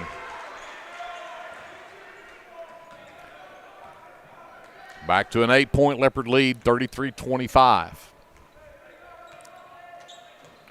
And there's a steal by Crumley. Russell, one-on-one with Crumley. Crumley goes around him, lays it up and in. 10 turnovers on the Leopards, and timeout Lindsay. 2:28 left in the third. The lead is down to 6. We'll come back after this. This is live coverage of Leopard basketball presented by the First National Bank on KBLP Live. If you find yourself in Chickasha, Oklahoma, stop by Legends Pub House and Venue for lunch or supper. Legends also brings you some of the best concerts around. Everyone at Legends would like to wish the Lindsay Leopards good luck this football season. Go Leopards! Hey Lindsay community, my name is Christian Torres and I am the minister for the Lindsay Church of Christ. We would like to invite you to come and worship with us on Sundays at 10:45 a.m. and Wednesdays at 7 p.m. We're located at 1205 West Cherokee Street. Here at the Lindsay Church of Christ, you will find the truth of God's Word, spoken in love, and a group of people who love God and one another. Do you have a Bible question? Well, we have a Bible answer. Come and worship with us and be edified at the Lindsay Church of Christ. 33-27, Leopards' lead is down to 6. They went over 5 minutes of this quarter before that bucket from Russell. And that's the only 2 points the Leopards have here in the third quarter with 2:28 left to go. It has been all Clinton here. See if the Leopards can get something going here after that timeout, get some momentum going back their way. Taylor across the timeline. Crumley will pick him up. He'll work to the right wing. Cater comes to set the screen for Taylor. He goes the other direction, off the glass and in. Taylor just used his speed, went opposite the screen, lays it up and in. Pushes the lead back to 8. 2 minutes left. Redshin around the screen from Laughlin. The give and go. Laughlin lost it, but it ended up in the hands of Kabunda. Kabunda back up top. Crumley back out to Laughlin. 3-ball right wing won't go. And a rebound tipped by Kabunda out of bounds. It'll be Leopard basketball.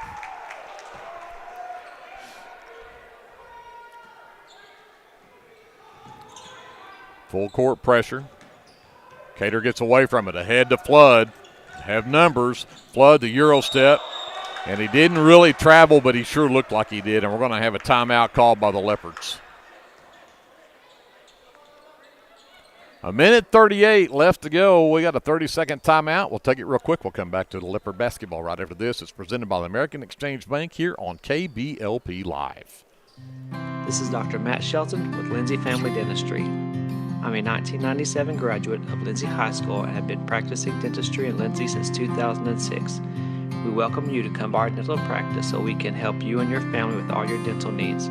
We offer dental services for everyone at every age, from braces to aligners to crowns, bridges, dentures, and implants. Give us a call today at 405-756-4093 or stop by at 102 Southwest 7th Street and let us give you the healthy, beautiful smile you've always dreamed of. Leopard basketball out of the timeout. Taylor to inbound under his own basket. Still looking, still trying to find somebody. Finally lobs it in the direction of Flood. Flood out to Cater. Has Thompson all over him. Can't get a call. Comes back over to Russell. They've gone to a spread here. They're going to try to force Clinton to stay up with the speed of the Leopards here. Taylor with Crumley on him. Come back out to Russell. Russell gets away from Kabunda. The backdoor cut from Taylor, lobs it down to Torres. Torres gets rejected. And they're going to say it is Leopard basketball. And for the first time, he missed one. That should have probably been off the Leopards, but Torres nearly lost it and nearly lost it again, and they'll give it back to him. Torres really wasn't ready for that pass, but Creed Taylor recognized nobody picked him up as he went across the lane to set the screen, so he was going to give it to him. Flood gets the inbounds. They're going to pull it back out. Under a minute to go now. 8-point Leopard lead. They have the basketball. Russell back out to Cater. Cater takes Thompson down. Spin move in the lane, and now we get a foul call finally. Kabunda, I believe.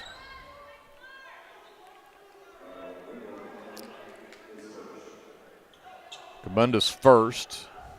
Just the first foul called on Clinton in this quarter. They work it back up top to Russell. Inside, Taylor Cater got away from Thompson, went up, can't get it to go. Rebound tipped around, and Torres can't get that one to drop either, but he'll get to go to the free throw line. And that one goes on, and I think number 13, that is Ethan Laughlin's first. That is the third team foul, and of course that one, because it was on the putback by Torres, he'll get free throws here. Drops that one in. Makes it 36-27 Leopards. Can push it back to a double-digit lead if he can get this one to drop.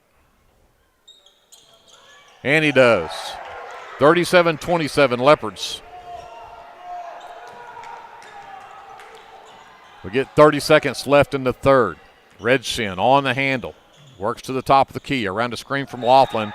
And Torres, a little too aggressive, hedging that screen. Will pick up his second personal. Just the third team foul in the quarter, though. I don't know that that's a horrible foul. But we're going to have a timeout called fourth team foul. My apologies. Timeout on the floor called by Clinton is a full, so we'll take a 60-second timeout. We'll come back to the Tornado Dome right after this. This is Leopard basketball presented by the American Exchange Bank here on KBLP Live. If you have a hankering for the best barbecue in South Central Oklahoma, then get yourself down to the Meat Locker Barbecue in Lindsay. Every Monday, Thursday, and Friday, located just off of Highway 19, 106 Northwest 4th. At the Meat Locker, we work hard to bring you the most consistent, delicious, slow-smoked barbecue around at a price that won't break the bank. And don't forget, we cater too, and we'd love to do the cooking for your next event. So come see us or give us a call at 405-428-1198 and visit our new website at meatlockerbbqok.com for the latest Meat Locker merchandise. We're proud to sponsor this broadcast of Lindsay Leopard Athletics and want to wish all the students, faculty, and staff a successful year. Lindsay Municipal Hospital is dedicated to providing quality service to our local community, and we're wishing our Leopards and Leopardettes a healthy and successful basketball season. Go Leopards! Clinton basketball out of the timeout. Laughlin got open for three, missed the shot. The rebound came right back to him, though. If he can ever get control of it, he's on the floor, and he walked with it. Grabbed the ball and rolled over. Can't do that. And it'll be Leopard basketball. They've got 14.9 seconds left before the end of the third. Still have a 10-point lead now.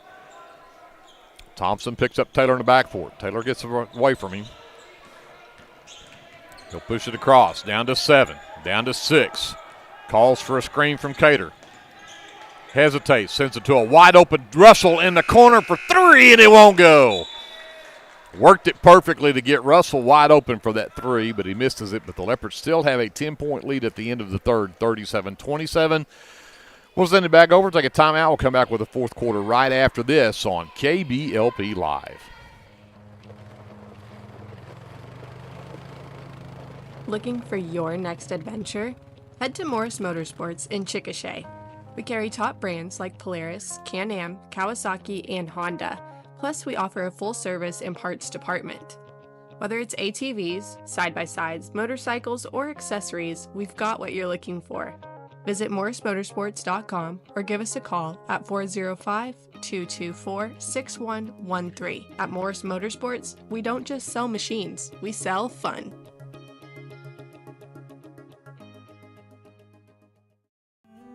Capturing all your special moments is such a blessing to me, from running down the ball field to walking down the aisle. Call or text Photography Blessings by Lacey for all your photography needs. 405-428-0305. Go Leopards and Leopardettes.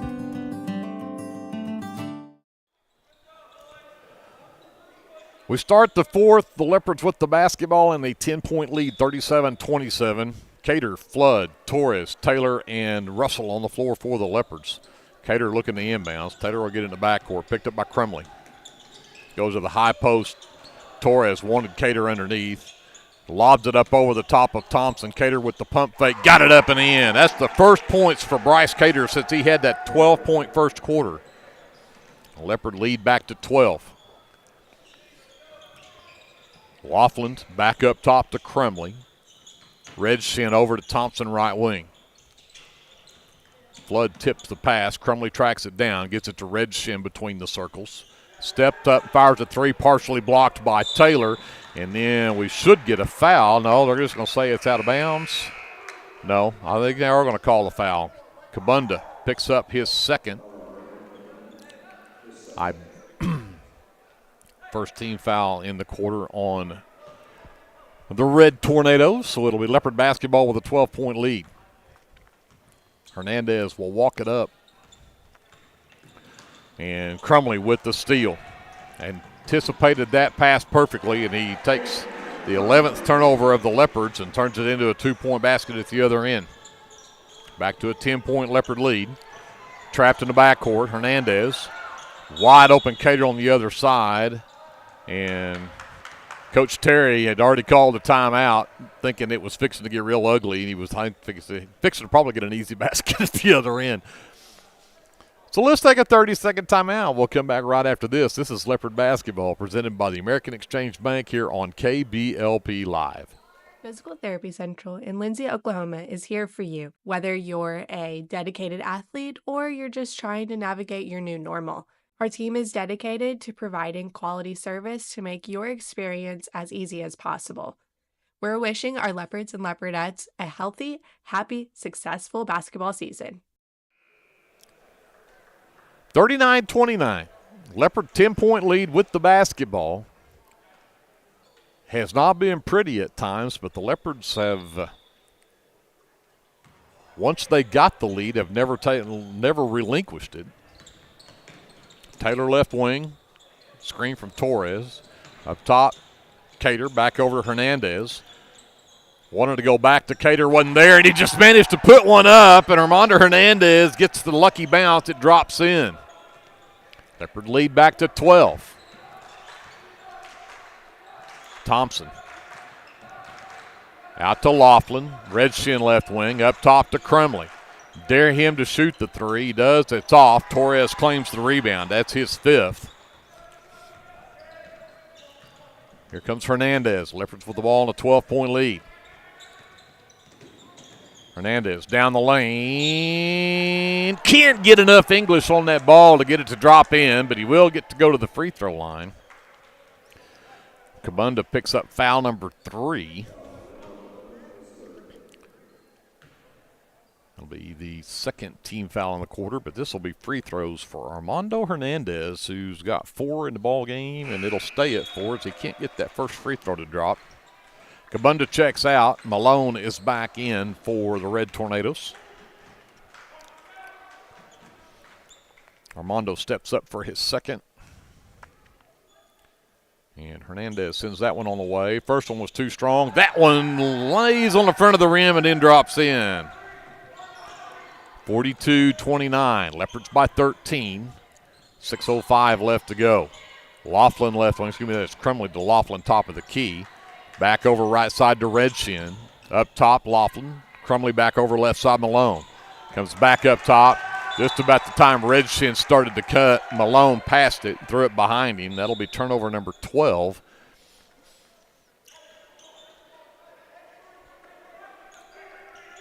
Taylor to inbound. Gets it into Hernandez in the backcourt. Picked up by Malone. He'll walk it across. Leopards again look to spread the floor here, work some clock. And again, well anticipated by Crumley, and he'll take a steal. Oh, what a play by Taylor, who hustled back, blocked that one from behind to save an easy basket. Wow. That is super hustle from Creed Taylor.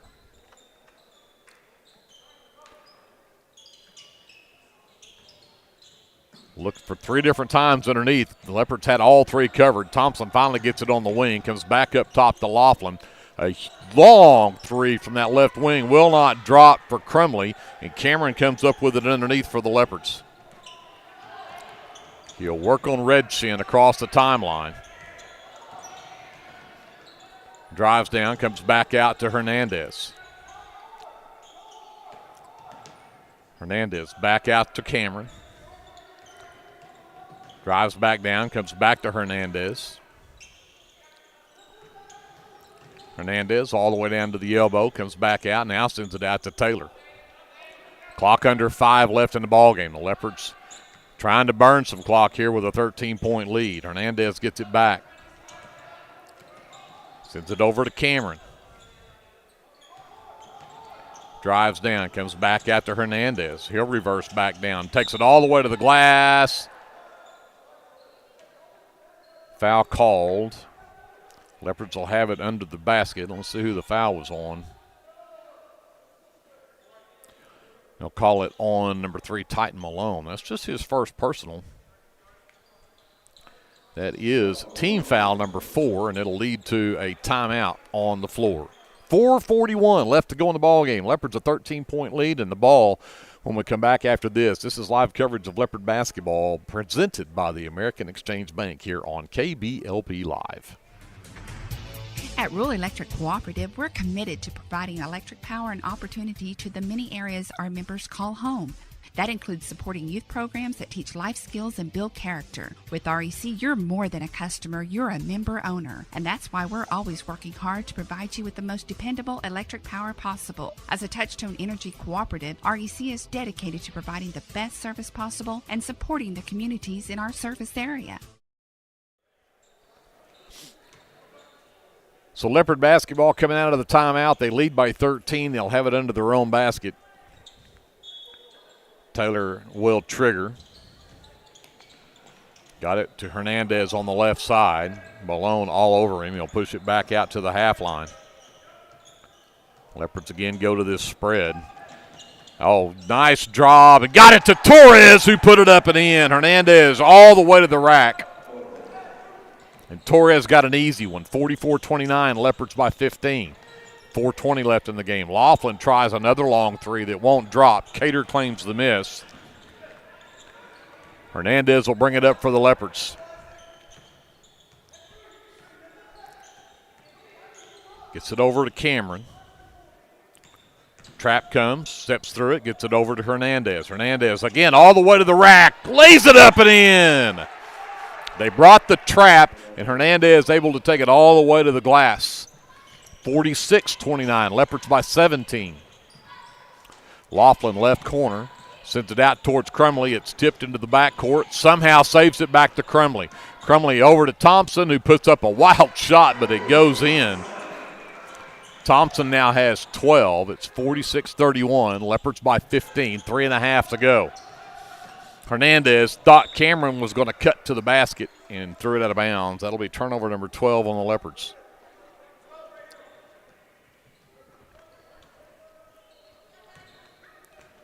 So Malone brings it up for the Red Tornadoes, down by 15, 3:20 left.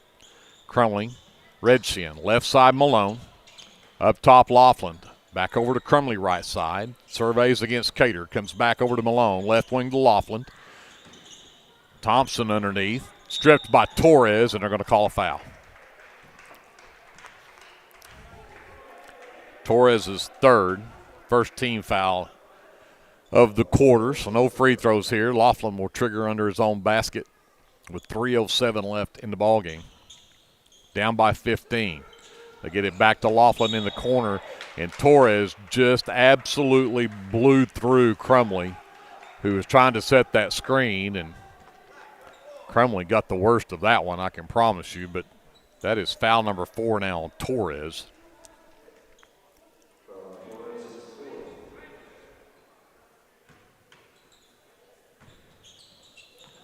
Taylor got the steal. It's a 2-on-1. Taylor's going to take it himself off the glass and in. Taylor with 12, 48-31. Leopards back up to 17. Malone takes it all the way to the rack and lays it in. Torres with 4 fouls really couldn't do anything about that one. Malone's first basket of the game. 48-33. 15-point Leopard lead. 2.5 to go. Trap comes. Taylor stands with it. Sends it out to Cameron. Cameron back over to Hernandez, threw it away. That's a great plan to do all that time, but you've got to take care of the passes. You can't throw bad passes like that and give it right back to them. 48-33 Leopards, 2:15 left in the ball game. Malone pushes it up to the right side. Laughlin out in the right corner. Went to Crumley up top, had to save it in, and he did manage to save it to Laughlin. Red Shin between the circles. Back over to Laughlin, right wing. Goes baseline on Cameron. Good defense, but he'll get an and one. Laughlin using that 6'4" height will get the basket and the foul on Cameron, which will be his 4th.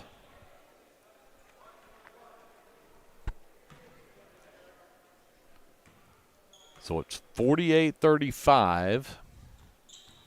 And can't get that free throw to drop. The rebound comes down off the foot of Thompson out of bounds. It should be Leopard basketball.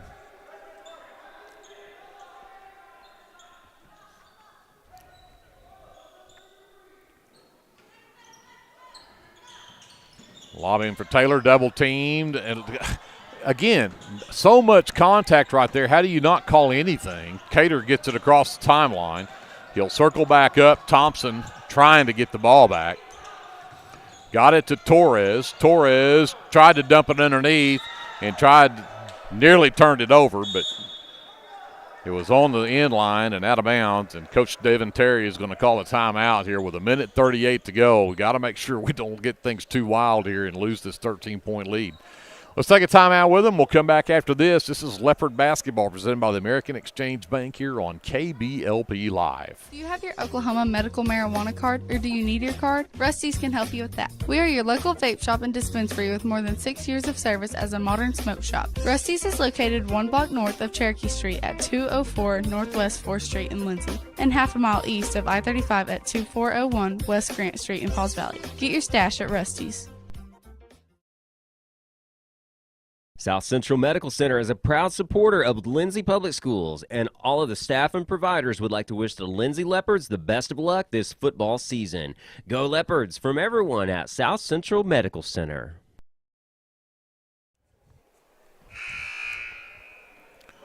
A minute 38 left in the ballgame. The Leopards with a 13-point lead, but Clinton is not making it easy on the Leopards. Coach Terry calling a timeout there to make sure everybody gets on the same page here on what we're trying to do. But mainly get a minute 38 off the clock and hang on to a win here. Taylor under his own basket to inbounds. Looking for Cameron first. Got it to him out on that left wing. He'll work it back up top. Works all the way around, gets it to Torres in the right corner, skip all the way over to Taylor, back out to Hernandez. Hernandez back to Taylor in the corner. Right now they're just playing keep away, trying to force Clinton to have to score. And Torres underneath off the feed from Hernandez, and he got an easy one. That's why we want to work it. 50-35, Leopard lead to 15. We got a minute 10 left in the ball game. Redshin to Laughlin to Crumley, right side, 3-ball on the way. Everything but go down for him. Rebound by Hernandez. Under a minute to go now, and now Crumley will pick up the foul on Hernandez.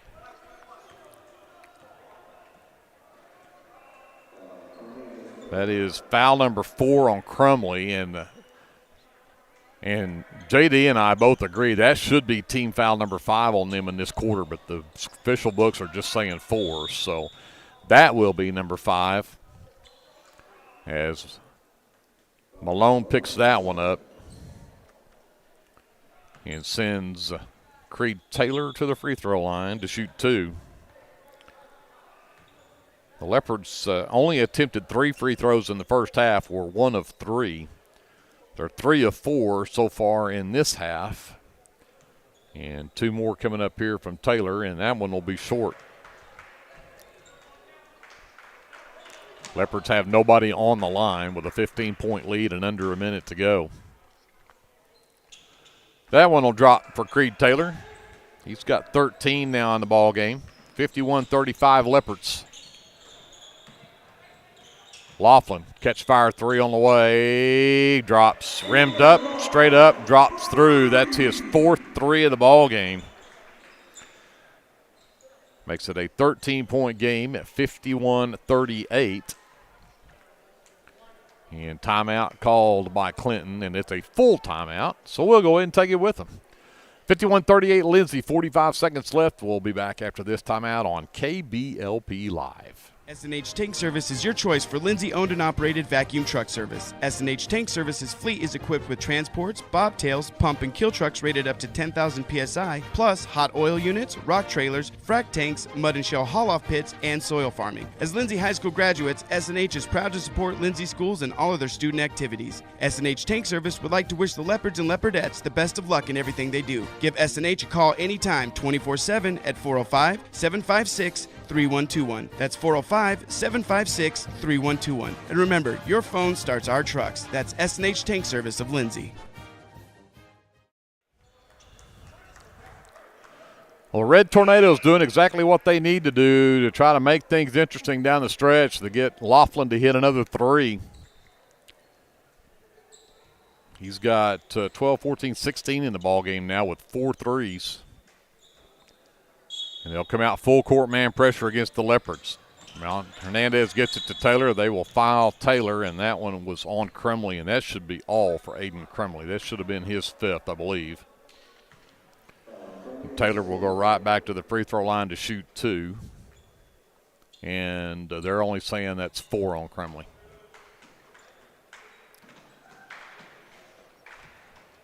So it is not all for Mr. Crumley, but Taylor now just 1 of 3 at the free throw line. Misses the front end of 2.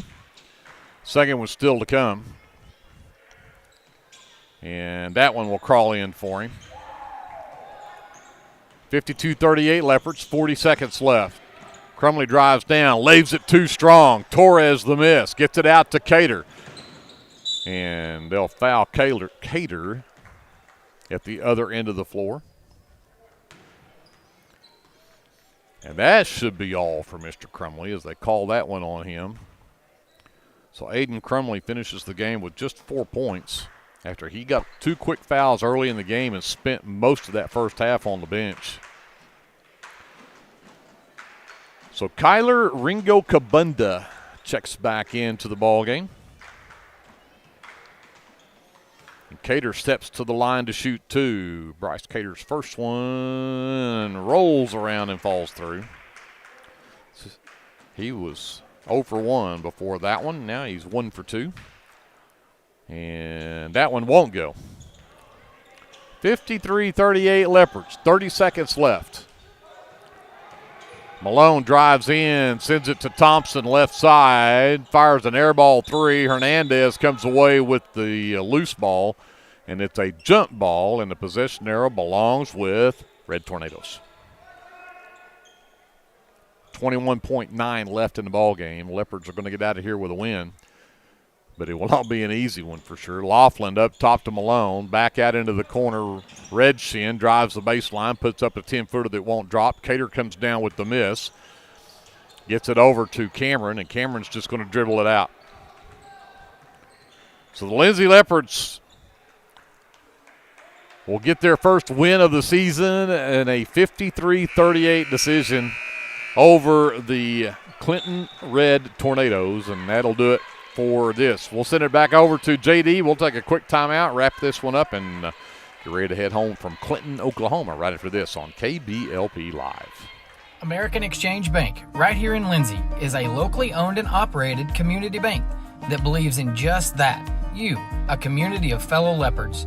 We love our customers. We feel very grateful for each one. So if you are looking for a safe place to put your money, need help achieving that next dream project, or are simply looking for a different banking experience, give us a call at 405-756-3101. We look forward to serving you each day. Member FDIC and Equal Housing Lender. If you need local trash pickup with quality service at a fair price, call Red Dirt Waste Services today at 580-432-5697. Red Dirt Waste Services is locally owned and operated, offering household, residential, and light commercial trash pickup in Lindsay and surrounding areas, including Ellick, Bradley, Bray Doyle, Cox City, Elmore City, and Foster. Red Dirt Waste Services does household cleanouts too, and they offer 96-gallon poly carts and dumpsters. Bagged, loose, or heavy items, doesn't matter, they'll come get it. Red Dirt Waste Services even offers valet service, so you don't even have to take your trash to the curb. Schedule your weekly pickup today by calling 580-432-5697. Stop paying more than you have to for quality, dependable, and locally owned trash pickup. Call Red Dirt Waste Services at 580-432-5697. That's 580-432-5697. This is Dr. Matt Shelton with Lindsay Family Dentistry. I'm a 1997 graduate of Lindsay High School and have been practicing dentistry in Lindsay since 2006. We welcome you to come by our dental practice so we can help you and your family with all your dental needs. We offer dental services for everyone at every age, from braces to aligners to crowns, bridges, dentures, and implants. Give us a call today at 405-756-4093 or stop by at 102 Southwest 7th Street and let us give you the healthy, beautiful smile you've always dreamed of. Back here at the Tornado Dome at Clinton High School, we wrap up the boys matchup 53-38, a 15-point win for the Lindsay Leopards in this one. Looking at our officially unofficial final numbers for this one, 2 players in double figures for Clinton as Ethan Laughlin finishes with 16 points tonight. He had 4 threes in the ballgame. They also got 12 from Atticus Thompson. 4 from Aiden Crumley before he fouled out there late in that fourth quarter, and then 2 apiece from Ronnie Redshin, Titan Malone, and Kyler Ringo Kabunda finishes with 2 as well. Clinton goes 0 for 3 from the free throw line. Lindsay Leopards had 2 players in double figures. Bryce Cater finishes the game with 15 to lead the way for the Leopards tonight. Right behind him is Creed Taylor with 14. Then 8 points from Gustavo Torres, 7 from Armando Hernandez, 5 from Isaac Cameron. Then 2 apiece from Crew Flood and Hunter Russell rounds out the scoring for the Leopards, who went 7 of 13 from the free throw line. Leopards are +9 on the glass. And both teams end up with 13 turnovers in the ballgame. And again, the Lindsay Leopards come away with a 53-38 win. So the Leopards and Leopardettes both come away with wins tonight. 62-25, the Lindsay Leopardettes win with had 14 from 2 different players. Gentry Wilmot and Cannon Russell both had 14 tonight. Maddie McGowan had 12 for the Leopardettes. Again, they win 62-25 over the Lady Reds of Clinton. So that is a win for both teams. The Leopardettes and Leopards are both now 1-1 on the season. And they'll head back to Leopard Arena on Tuesday night to take on the Marlowe Outlaws and Lady Outlaws on their home opener coming up next Tuesday. So that's when we will see these teams next. I need to say a big thank you to Jason Wallenberg for running things back at the studios for us this afternoon. Appreciate him taking his Saturday afternoon to do that for us. And, of course, a big thank you to all of our sponsors for sponsoring Leopard and Leopardette basketball here. We couldn't do this without you, so we thank you, Ed, from the bottom of our hearts. We appreciate all that you do to help us bring this to the Lindsay community. Thank you to J.D. Scruggs running the live stream, did a great job, and to Kevin Scruggs on the camera. He did pretty good tonight. I guess I have to give him props for that, so we appreciate Kevin too. And, of course, Glenn's on my naughty list now since he didn't bother to show up today. So we didn't get any good shooting stats because of him. It's all his fault. My name is Greg Peary. I'm going to quit getting on people's cases. We're going to get out of Clinton, Oklahoma, because it's going to be dark by the time we get out of here. A big thank you to our presenting sponsor, the American Exchange Bank, and with that, we're going to say goodnight from Clinton. We will see you Tuesday night back in Lindsay, Oklahoma at Leopard Arena. Until we see you then, remember, whatever you do, always be a good sport.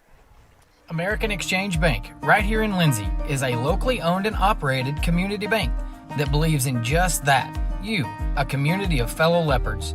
We love our customers. We feel very grateful for each one. So if you are looking for a safe place to put your money, need help achieving that next dream project, or are simply looking for a different banking experience, give us a call at 405-756-3101. We look forward to serving you each day. Member FDIC and Equal Housing Lender.